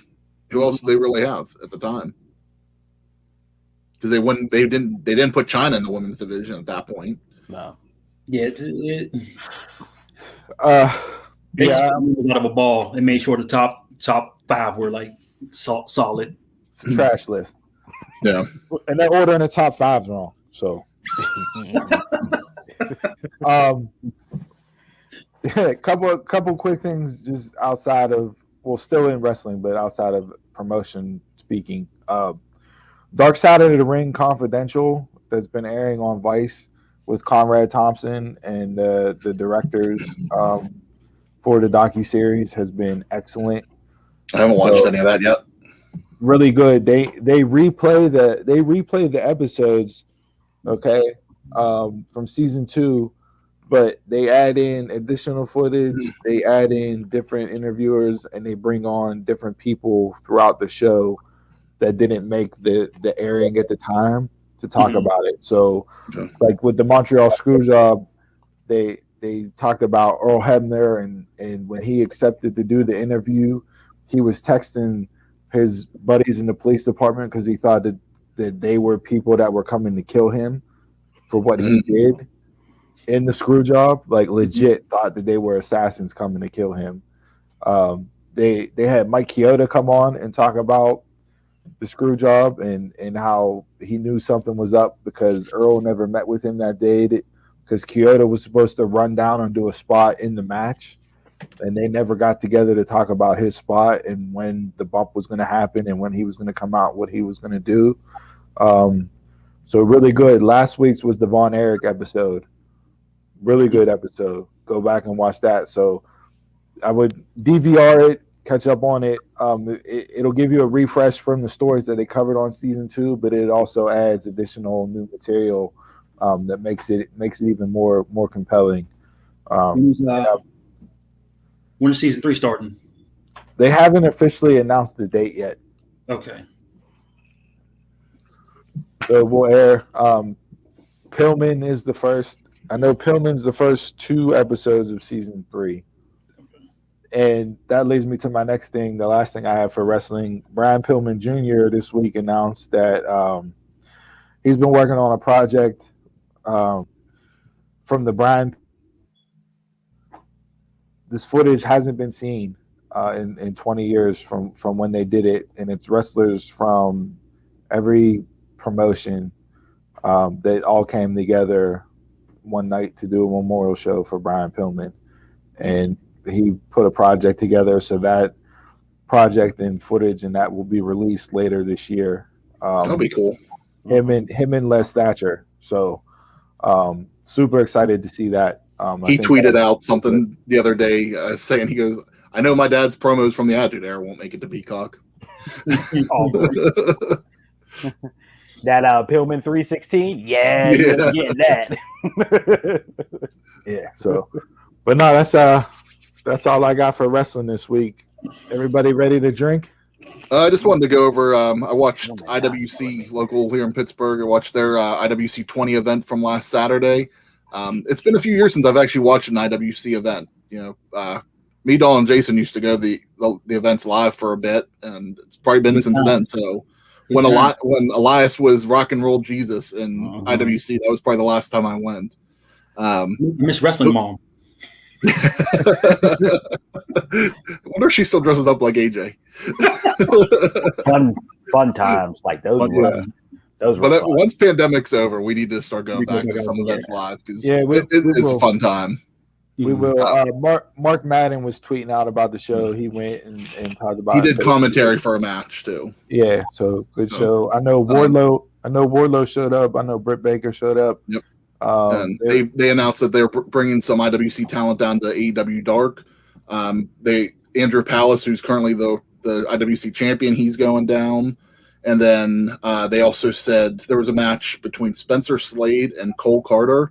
Good match, and Wardlow said he'd like to see both of them down on AEW Dark as well. So their plan was one person, but they think they're gonna bring some extra talent down too.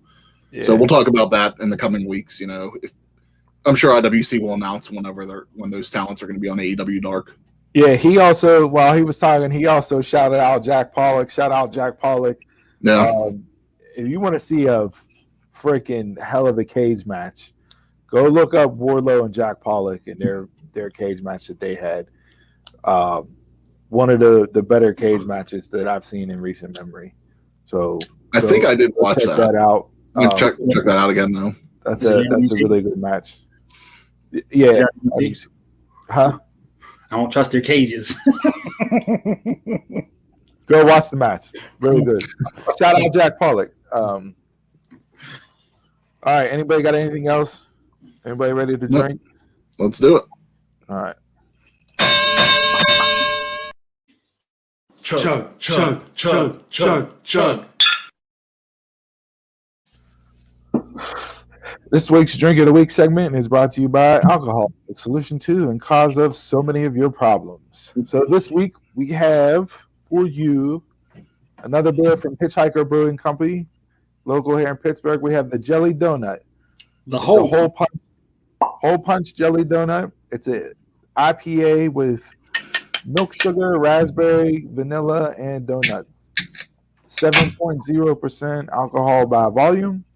I know last 2 weeks ago we did another one from Hitchhiker that fell kind of flat after the We All Scream. So hopefully we get a redeemer here from Hitchhiker and get them back up onto the positive side on the sumo scale as far as ratings go.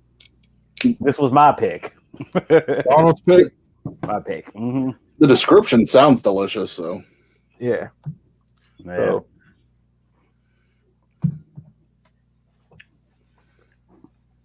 I'm not a big fan of jelly donuts, so I don't know how much I'll enjoy this, and I'm not a huge fan of IPAs either. the first thing that's popping off is I'm smelling the raspberry. Yeah, I don't know if I'm liking that smell. It's definitely an IPA smell too. Mm-hmm. Somewhere down the wrong pipe.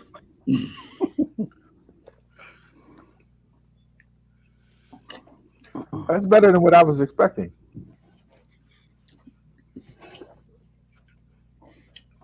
This is more drinkable than the stouts.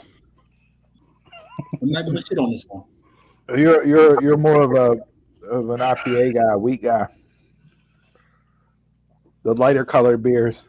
I'm not gonna put one to the head. I'm gonna savor this one a little bit. I've never had like a flavored IPA before, so it's a little different. Yeah. Mm-hmm. It's different. You're getting the IPA, like the hops from that, and then you're getting the raspberry. Mm-hmm. But it's a little different. It doesn't have that normal IPA flavor that turns me off from IPAs, though. You know what I mean? Like, you definitely taste the raspberry for sure. I think the raspberry helps balance that. I get the sweetness with the milk sugar and the vanilla. Not overpowering vanilla. You just get the sweetness from it added into the beer itself. But this is more enjoyable than what I thought it was going to be. And that's strictly because I don't like IPAs. Yeah. But I would say Hitchhiker redeemed themselves with this one compared to the last one we had. That breakfast brunch. I don't hate this. Mm-hmm. Yeah, I don't hate this. Mm-mm. I couldn't. Donald, you want to start it off? Before you give it rating, Donald, this to me, this is almost too sweet of a beer. I can't drink more than one of these. Sweetness wise, it just to me it would be too much. I know Jay more, the snack guy, the candy guy over there. This is his alley with sweet. I just taste light beer that's drinkable. I don't taste nothing sweet. All right, Donald, what do you got? 1 to 5 sumo scales for the jelly donut. I like it. I'm not an IPA drinker either, but I'm more of a wheat person. But I enjoy this. I'll give this like a 3.52, a 3.25. Sorry, on the scale. 3.25. All right, Jay, what do you Hit got? this right the way for you, huh, Don? Diner man for 3. Got to get that tip in there somewhere. That's what she said. Pause. Pop and go, Jason. Pop and go. Episode 30. 1 to 5. He said joke. 1 to 5. What do you got, Jay? I'm gonna go 3. I like this. It's enjoyable. I wouldn't turn it down if you bought me one. Well, yeah, I'll go with a 2.75. Like I said, I'm not crazy about wheat beers IPAs. This is probably the best IPA that I've had in a while. But to me, the sweetness, it's just it's going to be too much if you drink more than one of these. So, yeah, if you bought it for me, if we're out somewhere, it's like, here, try this. Like, I'll drink it and you know what I mean, it'll be okay. But I'm not going to go back up to the bar and reorder another one. Yeah, I agree. I think I'm going to go 2.5. It's a good average IPA. The raspberry does help take out that bitterness, like I said before, and it just gives it something different. I've never had a flavored IPA before, so it's definitely different. Yeah, not bad, but I wouldn't drink it again. If you're an IPA person, you're an IPA guy, you like IPAs, this will probably be more up your alley than somebody like me who doesn't drink them. So we are going to have another IPA in a couple of weeks. So we are. We are. So, all right. Well, there you go. That's the review for the Jelly Donut from Hitchhiker. Great name. I enjoy the name. The labeling and the can itself is good. Yeah. So yeah. So solid IPA here. Nobody shit on it. So thumbs up for Hitchhiker Jelly Donut. If you're out, pick it up from Hitchhiker Brewing Company here in Pittsburgh. And with that review, as always, to end the segment of each week, we ask that you raise your bottles, cans, glasses, shots, brown paper bags, solo cups, whatever you're drinking out of. Raise a toast to good ships and wood ships and ships that sail the seas, but the best ships are friendships, and friends will always be. Salute. I like the color on that too.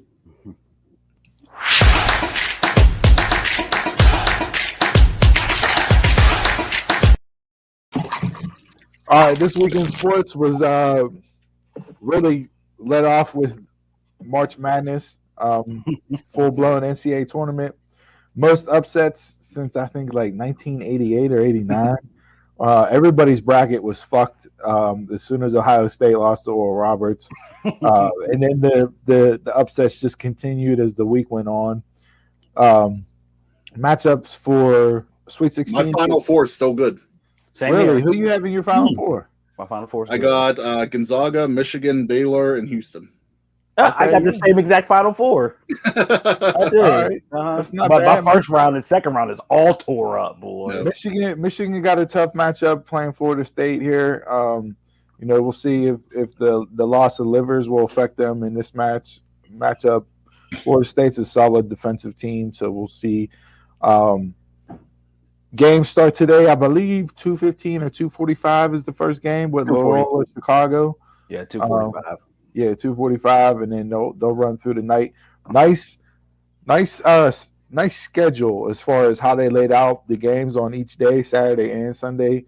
You'll be able to watch the game, have a little bit of a break before the next game tips off, and up through the night. So I'll be tuning in as the games go along. I enjoyed the first two rounds. A lot of good games, a lot of close games. A lot of games came down to the final minute. Not too many blowouts. So from that standpoint, it's been an enjoyable tournament to watch. I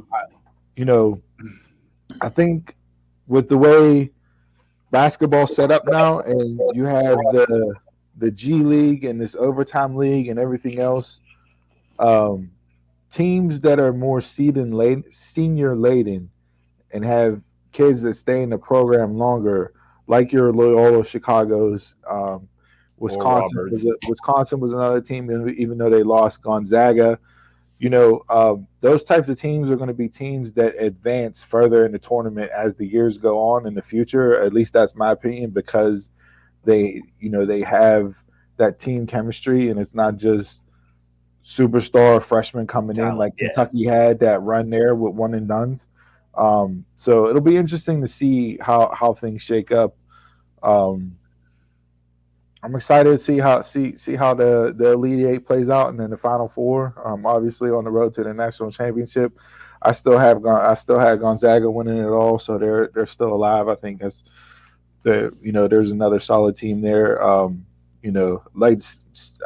really would like to see Loyola Chicago get a run here all the way to the Final Four. Sister Jean, yeah. So, but yeah, excited for that. So that's this weekend here. UFC 260 is tonight. Stipe and Francis Ngannou. It's going to be a banger. Yes, it is. Yes, straight banger. That matchup alone is worthy of buying the card. Other than that, there's some good fights, some solid fights on the card for sure.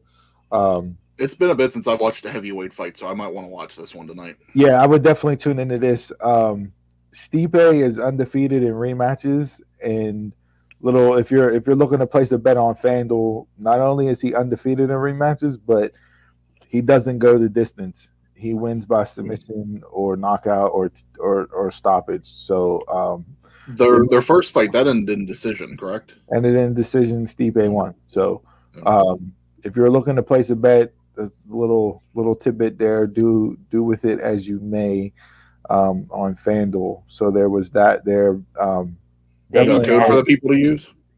What's that? You got a code for the people to use? No code. We're not on the Pat McAfee level yet. We got to deal with FanDuel, and we're sponsored by, empowered by, enabled by. Sorry, Joe Budden, I stole that line from you. But yeah, so they actually need for the UFC. They actually need to do another heavyweight card altogether. I love that. Yeah, because remember, Chris, the first time we was like, we'll bypass it, and it turned out like one of the best cards ever. Yeah, every 5 minutes you were getting an alert. Knockout. But we were watching wrestling, so yeah. I don't even remember what we were watching that night. But. I don't remember too, because we were too busy on our phones looking at the thing. Yeah. UFC had between February and March had a hell of a lineup as far as pay-per-views and fight nights. And it's going to continue into April with the announcement of Masvidal and Usman too. And that card has, you have the interim challenger for Khabib's light heavyweight title or lightweight title. Is that going to be the Florida pay-per-view? Yes, Miami. Which I think they said sold out already. So yeah, they said full fans. Yeah, Dana White, full fans. Full fans. Largest gate, I think he said. Usman said to Masvidal, who's from Miami, he said, "Yo, I run the 305. You get to show up in my arena and lose in my city." So this one is going to be a banger. The first matchup, Masvidal took on, I think, 2 weeks' notice. Didn't even have a fight camp, nothing. I think you'll get a different fight. I don't know if the outcome will change, but I think you'll see a more competitive fight this time because Masvidal will have a full fight camp. Mm-hmm. So there's that. NFL, a lot of news in the NFL broke this week, especially yesterday with some crazy trades going down. You saw San Francisco trade up to the number 3 pick with the Dolphins. Dolphins traded back to the 12th spot where San Fran had, and then they jumped back into the top 10 by making a trade with Philadelphia at number 6. So they go from 3 to 6. Philly goes from 6 to 12. All indications with San Fran trading up means they're drafting a quarterback. Mm-hmm. So we'll see what the Jets do at 2. San Fran got to be okay with either getting Zach Wilson or Justin Fields because you don't make that jump to number 3 and give up what they gave up unless you're drafting a quarterback. So we'll see how that shakes out, but a lot of stuff went down trade-wise on Friday, breaking a lot of moves. Free agency continued to go on. People were signing deals. T.Y. Hilton re-signed with the Colts. A lot of one-year deals. Yeah, a lot of 1 year, a lot of 1 year, a lot of 2 year deals. Especially with the TV contracts and that stuff, they know that the cap's going to jump. It's smart. The cap's going to jump next year up to 210. So you're looking at another, $20 million added on the team's salary cap. So free agency is only going to be crazier as the years progress here, as this TV money comes in and the cap escalates up and up. So we're good there with that. And then basketball, NBA wise, trade deadline went down. A lot of moves in the NBA this year on trade deadline. I was surprised. It's different, very different. They normally don't have that many deals go by. So a lot of people on the move. I think Denver got better with adding Aaron Gordon and that. I think Miami got better with getting Oladipo and not having to give up Duncan Robinson, Tyler Hero. Like they kept the core of their young guns to go along with Jimmy Butler and Bam. So Miami got better.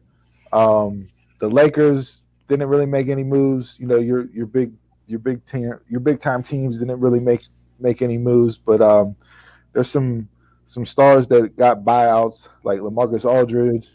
He's gonna get a buyout from the Spurs. He's projected to sign with Miami. So you add him to the Heat there. Don't know if they beat Brooklyn, if that's enough to beat Brooklyn in a 7-game series, but there's a lot there. So we'll see what happens. But exciting to see the NBA actually have moves and things get shooken up, so to speak, on trade deadline day. But yeah, so other than that, MLB opening days getting ready to kick off here. And then you had the passing of Elgin Baylor in the NBA this week. Another legend that passed. So Um, thoughts and prayers go out to his family and that. Obviously, he was, we didn't see Elgin play, but when we talk about a legend of the game, he's definitely one of the names that you'll say for sure.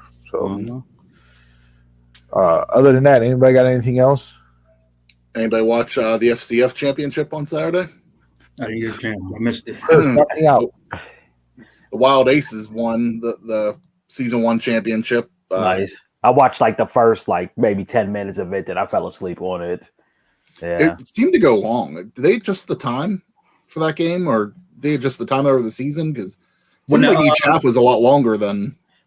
I don't know, but when you get down to in the 2 minutes, it's all fan control. Yeah. So they stop the clock so you don't get a running clock. I want to say the each half was 30 minutes. Yes, it was. Yeah, it was 30 minutes. Yeah. Was that the previous weeks too? You know what? I never even noticed it, but when I looked up, I was 28 minutes. I was like, wow, this is a long quarter. Was they playing half and halves? Yeah, they did halves, but I think and I could be wrong, but I thought the previous weeks when I had watched was only 20. I thought so too. Yeah. So I was kind of surprised. I saw the 1D lineman, he was getting pancake for the whole 2 series and that stuff, and he makes 1 tackle and he gets up in everybody's face. Congratulations, you made a tackle. You're shine. Yeah, but you on your back the whole game. That's the one thing that I didn't like. It's in the NFL they try to not have you do any celebration after the play, and then in FCF it's just oh, here's our Twitter area or that Wendy's sponsors or whatever it was. It's just we don't need that after every play. I don't like the ends there, the little corner camera. What is it? Oh yeah. That was too much when I realized it was something in football. Yeah. Steve, that was too much coffee today. Sponsors got to put out their. Sponsors got to put out their stuff no matter what. Get their name out there. Yeah. Mm-hmm. But I mean, it was a back and forth game. At Wild Aces won 46-40. So I swear every game I watched has been close like that, down to the wire. Every game, every game. I am pleasantly surprised by what they were able to pull off. I enjoyed it. I was entertained by it. And when they come back next season, the Dunmarks will be an owner of a franchise. we'll definitely push the FCF. So and they're having tryouts too for it. Are they? They said tryouts for season 2.0. They call it. Was the AFF any good? The American, is that the Alliance? The Alliance of American Football that went out. That's one I didn't watch. The Alliance was good, and then it dissolved. Okay, XFL was good. They had no funding, so they ran out of money before they finished their season. Was that the one that the year before the XFL? Yes. Okay. Yeah. I remember that. Okay, I didn't see that, but I know the XFL was good and this FCF is good. So Yeah, with the Alliance, they had throughout the season, they begged 2 investors to invest in them to get money to pay for the players and that, and then it just gone because they ran out of money. I think they said that they're still not ruling out a comeback at some point, but I don't know whether the pandemic's changed that or not. Yeah. Do you guys, before we get out of here on sports, do you guys I know we like to keep the show lighthearted and fun and talk shit back and forth and everything else, but we mentioned in the intro here about hopping into the order menu and the DMs on Instagram. I think we would be a derelict of duty not to bring up Deshaun Watson and the allegations that are ongoing right now, given the situation. They are allegations right now, so we'll see. Not looking too good for Deshaun there. All the stories and all the allegations from each individual woman, I believe it's up over 20 allegations now, pretty much all line up as far as what was said, what was done, how it was done. It's rare that many people in the stories stay consistent. Yeah, it's nasty. You can't be doing that. But if you get him to go down, Robert Kraft got to go down too. Well, he got exonerated from that. They found out that nothing happened. So, Through the Whether tape it did or didn't, but I mean, he was exonerated, and it was that was it. So like, just something to watch and keep an eye on. You know, if it's not true, okay, it's a no-win situation, right? If all the allegations are true, and that, then he needs to be out of here. You can't be doing that. Like that's not something that you should be able to come back from. If it's not true, he's automatically scared. Yeah, if it's not true, then it is like the character. I don't want to say it's the character stain that's on his name from all the allegations, regardless that, even though they'd be proven not to be true. It's not something that you just move on from and go about your day without having some people or most people are looking at you with a side eye. So it's really it's a no-win situation. It's no win for the women that these alleged allegations happen to. If they are proven true, that's not something that you should be doing towards women. It's just it's a mess. It's nasty. It's just not what you want to be talking about. I know we don't like to bring up subjects like this just because we're not that type of show. We like to keep things lighthearted and fun because there's too much bad shit going on in the world. So we want you to tune in and be enjoyed and forget about all that stuff for a couple hours on your Saturday. But with a situation like this, we got to at least mention it because it is something that comes up, especially with the individual whose background comes from a single mother household who got a house through the Ward Dunn Foundation, who, you know what I mean? Like all these things, when it turns out to where you're doing this type of stuff, we'll see how it unfolds. But I just figured we'd mention it here because, as much as we don't want to bring up that type of stuff on the show, with a situation like this, I felt like it was necessary to at least mention it. All right, enough of that. Let's hop into what everybody is here for. World famous, world renowned. And listen, when we say world famous, world renowned, we're global, okay? Shout out to India. All our people in India, we love y'all. 20 downloads away from overtaking the U.S. as being the most listened to audience of the Dumb Marks podcast. With that being said, let's get into where I'm right and you three dicks are wrong. Let's go. One gotta go.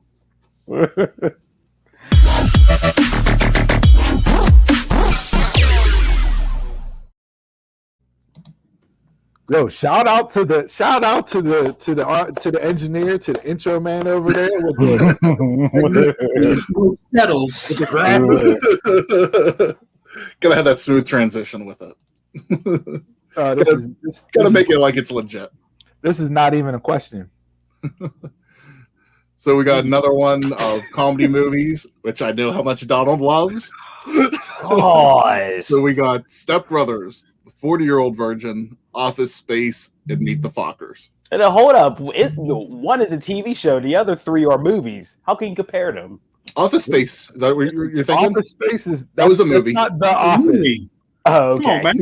Come on, man. As you see already. This girl really said Office. You got no number. The Office. No, I never saw it. You don't even get a vote. You should, after that statement, you shouldn't even be able to vote on this. Never even saw The Office. Start us off, Donald.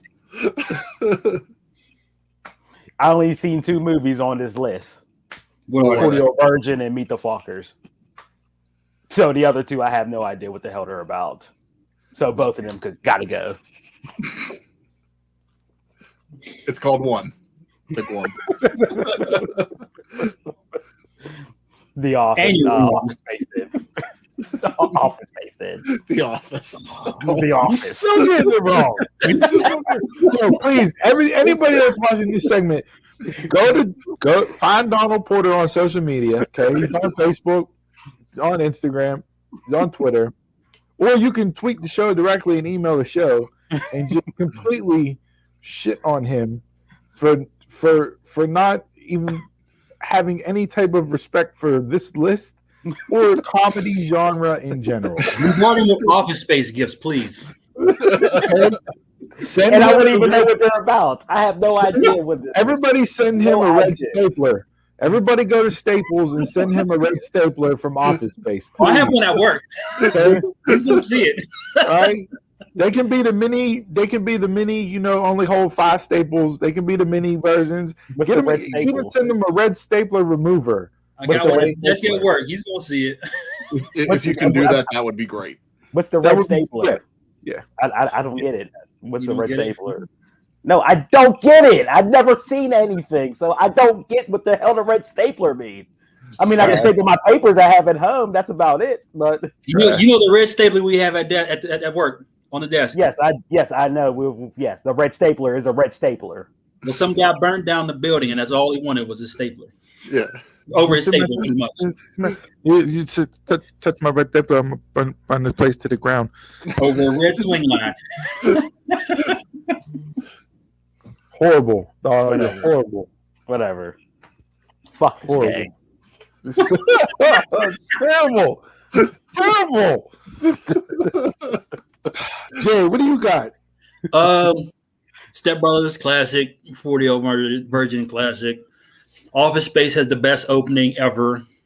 I'm gonna have to go with Meet the Fockers, just because it's good, but it's not the top 3. Chris? 40-Year-Old Virgin, one of my favorite movies of all time. Office Space, another classic.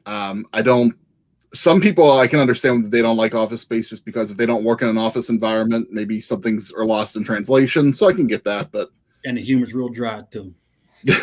Office Space, I definitely, whenever I started working in an office and wanted to beat the shit out of my fax machine whenever it wouldn't work. So whenever it actually died, that's all I wanted to do was go out back and beat the shit out of it with a baseball bat. Step Brothers, Will Ferrell movies are trash. They're not funny.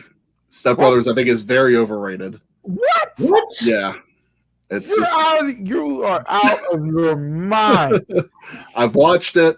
I've quoted the Catalina wine mixer, but Step Brothers is one of the most quotable one of the most quotable comedy movies of all time. Will Ferrell movie. There's one good Will Ferrell movie, and that's Elf. Oh no! See, you're fucking garbage for even coming out and saying Elf is the best Will Ferrell movie. He said I quoted the movie and it gotta go. It is what it is. It's just his movies are funny. His movies are hilarious. No, they're not even funny. I mean, I like Will Ferrell, but it's just his comedy is just different. And if the last one, Meet the Fockers, if that was Meet the Parents, I'd probably kick Step Brothers off this list. But Meet the Fockers just wasn't as good as Meet the Parents, so that's the one that I'm like, one gotta go, Meet the Fockers. But what's my man? I was about to call him C. Thomas. How? That's shit. John C. Reilly. John C. Reilly. I'm definitely not a fan of John C. Reilly. No. Yeah. No. What? I was thinking of the man from Soul Man. Damn, that's you don't like that, man. This is some bullshit. And they have a couple movies together, so I take it you like none of those either. No. How do you know? You don't. So no Step Brothers, no Talladega Nights. Nights? Oh God, no. Oh, Shake and Bake. You ain't I heard fucking Holmes was terrible. I didn't see that one, but When did these movies come out? Like when we were in college time frame.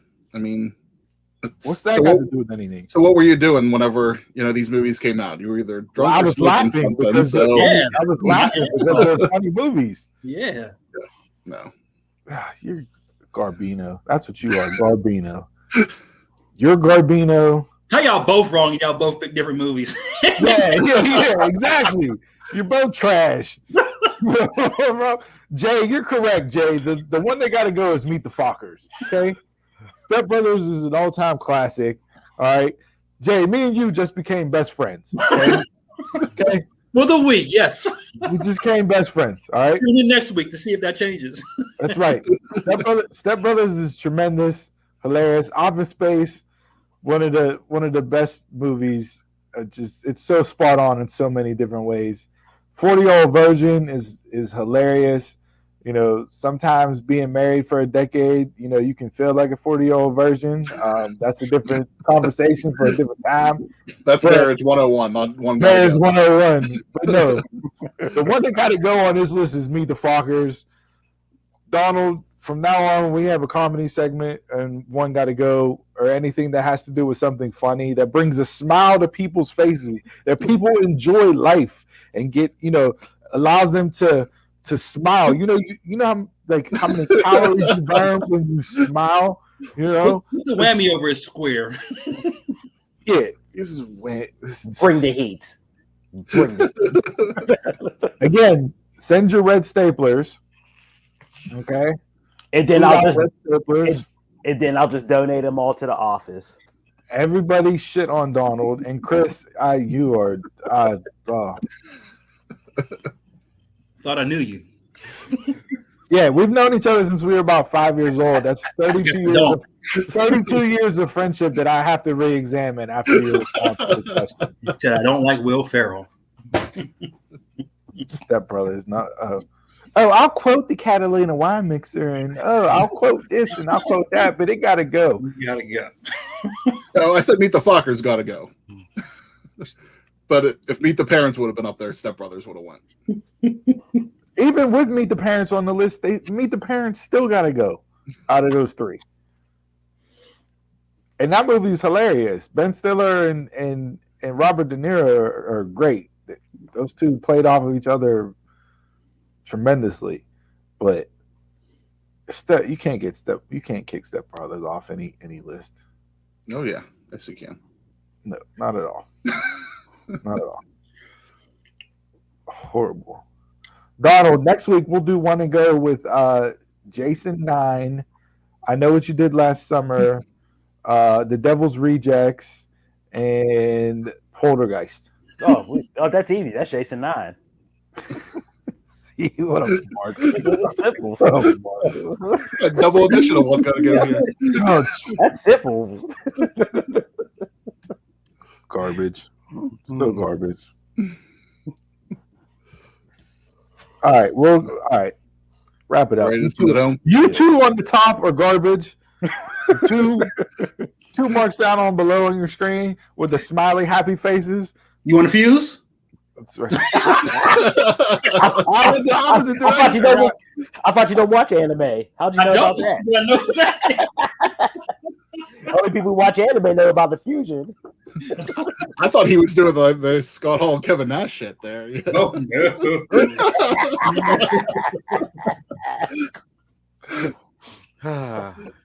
All right, let's wrap this up. One gotta go.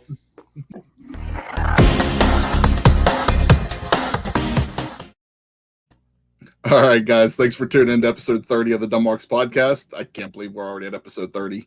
Remember that we're live every Saturday at 11 a.m. on YouTube, Facebook, and Twitter. So please subscribe, like, and follow our social media pages at DumbMarksPod. And message us during the shows while you watch live or email us at dumbmarkspod@gmail.com. Our audio-only edition of the podcast is released every Monday to listen on demand on all your favorite podcast platforms. Gentlemen, before Steve sends us home today, anything left to cover? Comedy suck. Horrible. He's horrible. Terrible. I will be hitting the grill today. So I pulled the grill out. Nice little 70-degree day. Before we drop back down into the high 40s, low 50s, I'm gonna slap some chicken on the grill later. Is there a pickup window? Yeah, sure. Come by. We'll social distance. I got a big enough backyard. You come by. I got some, some grilled chicken. We got some pasta salad made up. A couple, some other stuff. Wife ran to the liquor store, so we got plenty of booze and everything else. Before we wrap it up, I did want to bring up one thing, and I forgot to mention it in sports. But so Najee Harris, the running back from Alabama had their pro day this week, and Najee Harris I don't know if he's from Dallas or lives in Dallas or whatever, but he wasn't able to fly out of Dallas into Tuscaloosa for the pro day due to weather, lightning, whatever the case may be. So He drove 9.5 hours from Dallas to Tuscaloosa just to be there and support his teammates at the pro day, because he wasn't doing any of the drills or wasn't participating, nor should he have to. I mean, his tape speaks for itself. He'll probably be the first or second running back taken off the board this year. A lot of Steelers fans are hoping that they take him. But for all you young kids out there, or parents that have young kids that are in sports and everything else, raise them to be a Najee Harris, okay? Because that's the type of kid that will get scholarships, you know, D1, D2, D3, doesn't matter what division. But that type of character not only suits him best on the field, but also suits him best for off the field.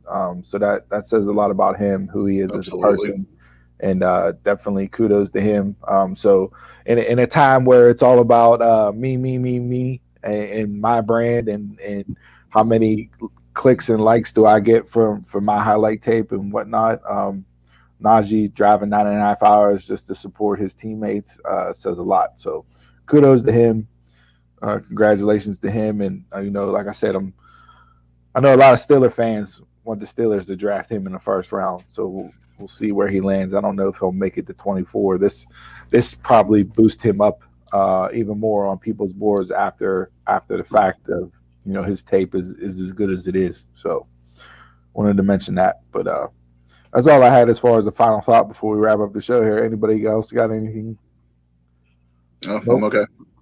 All right. So this quote of the week this week comes from dashing Chris Bey, wrestler, Impact. He said, "For what it's worth, it's never too late to be whoever you want to be.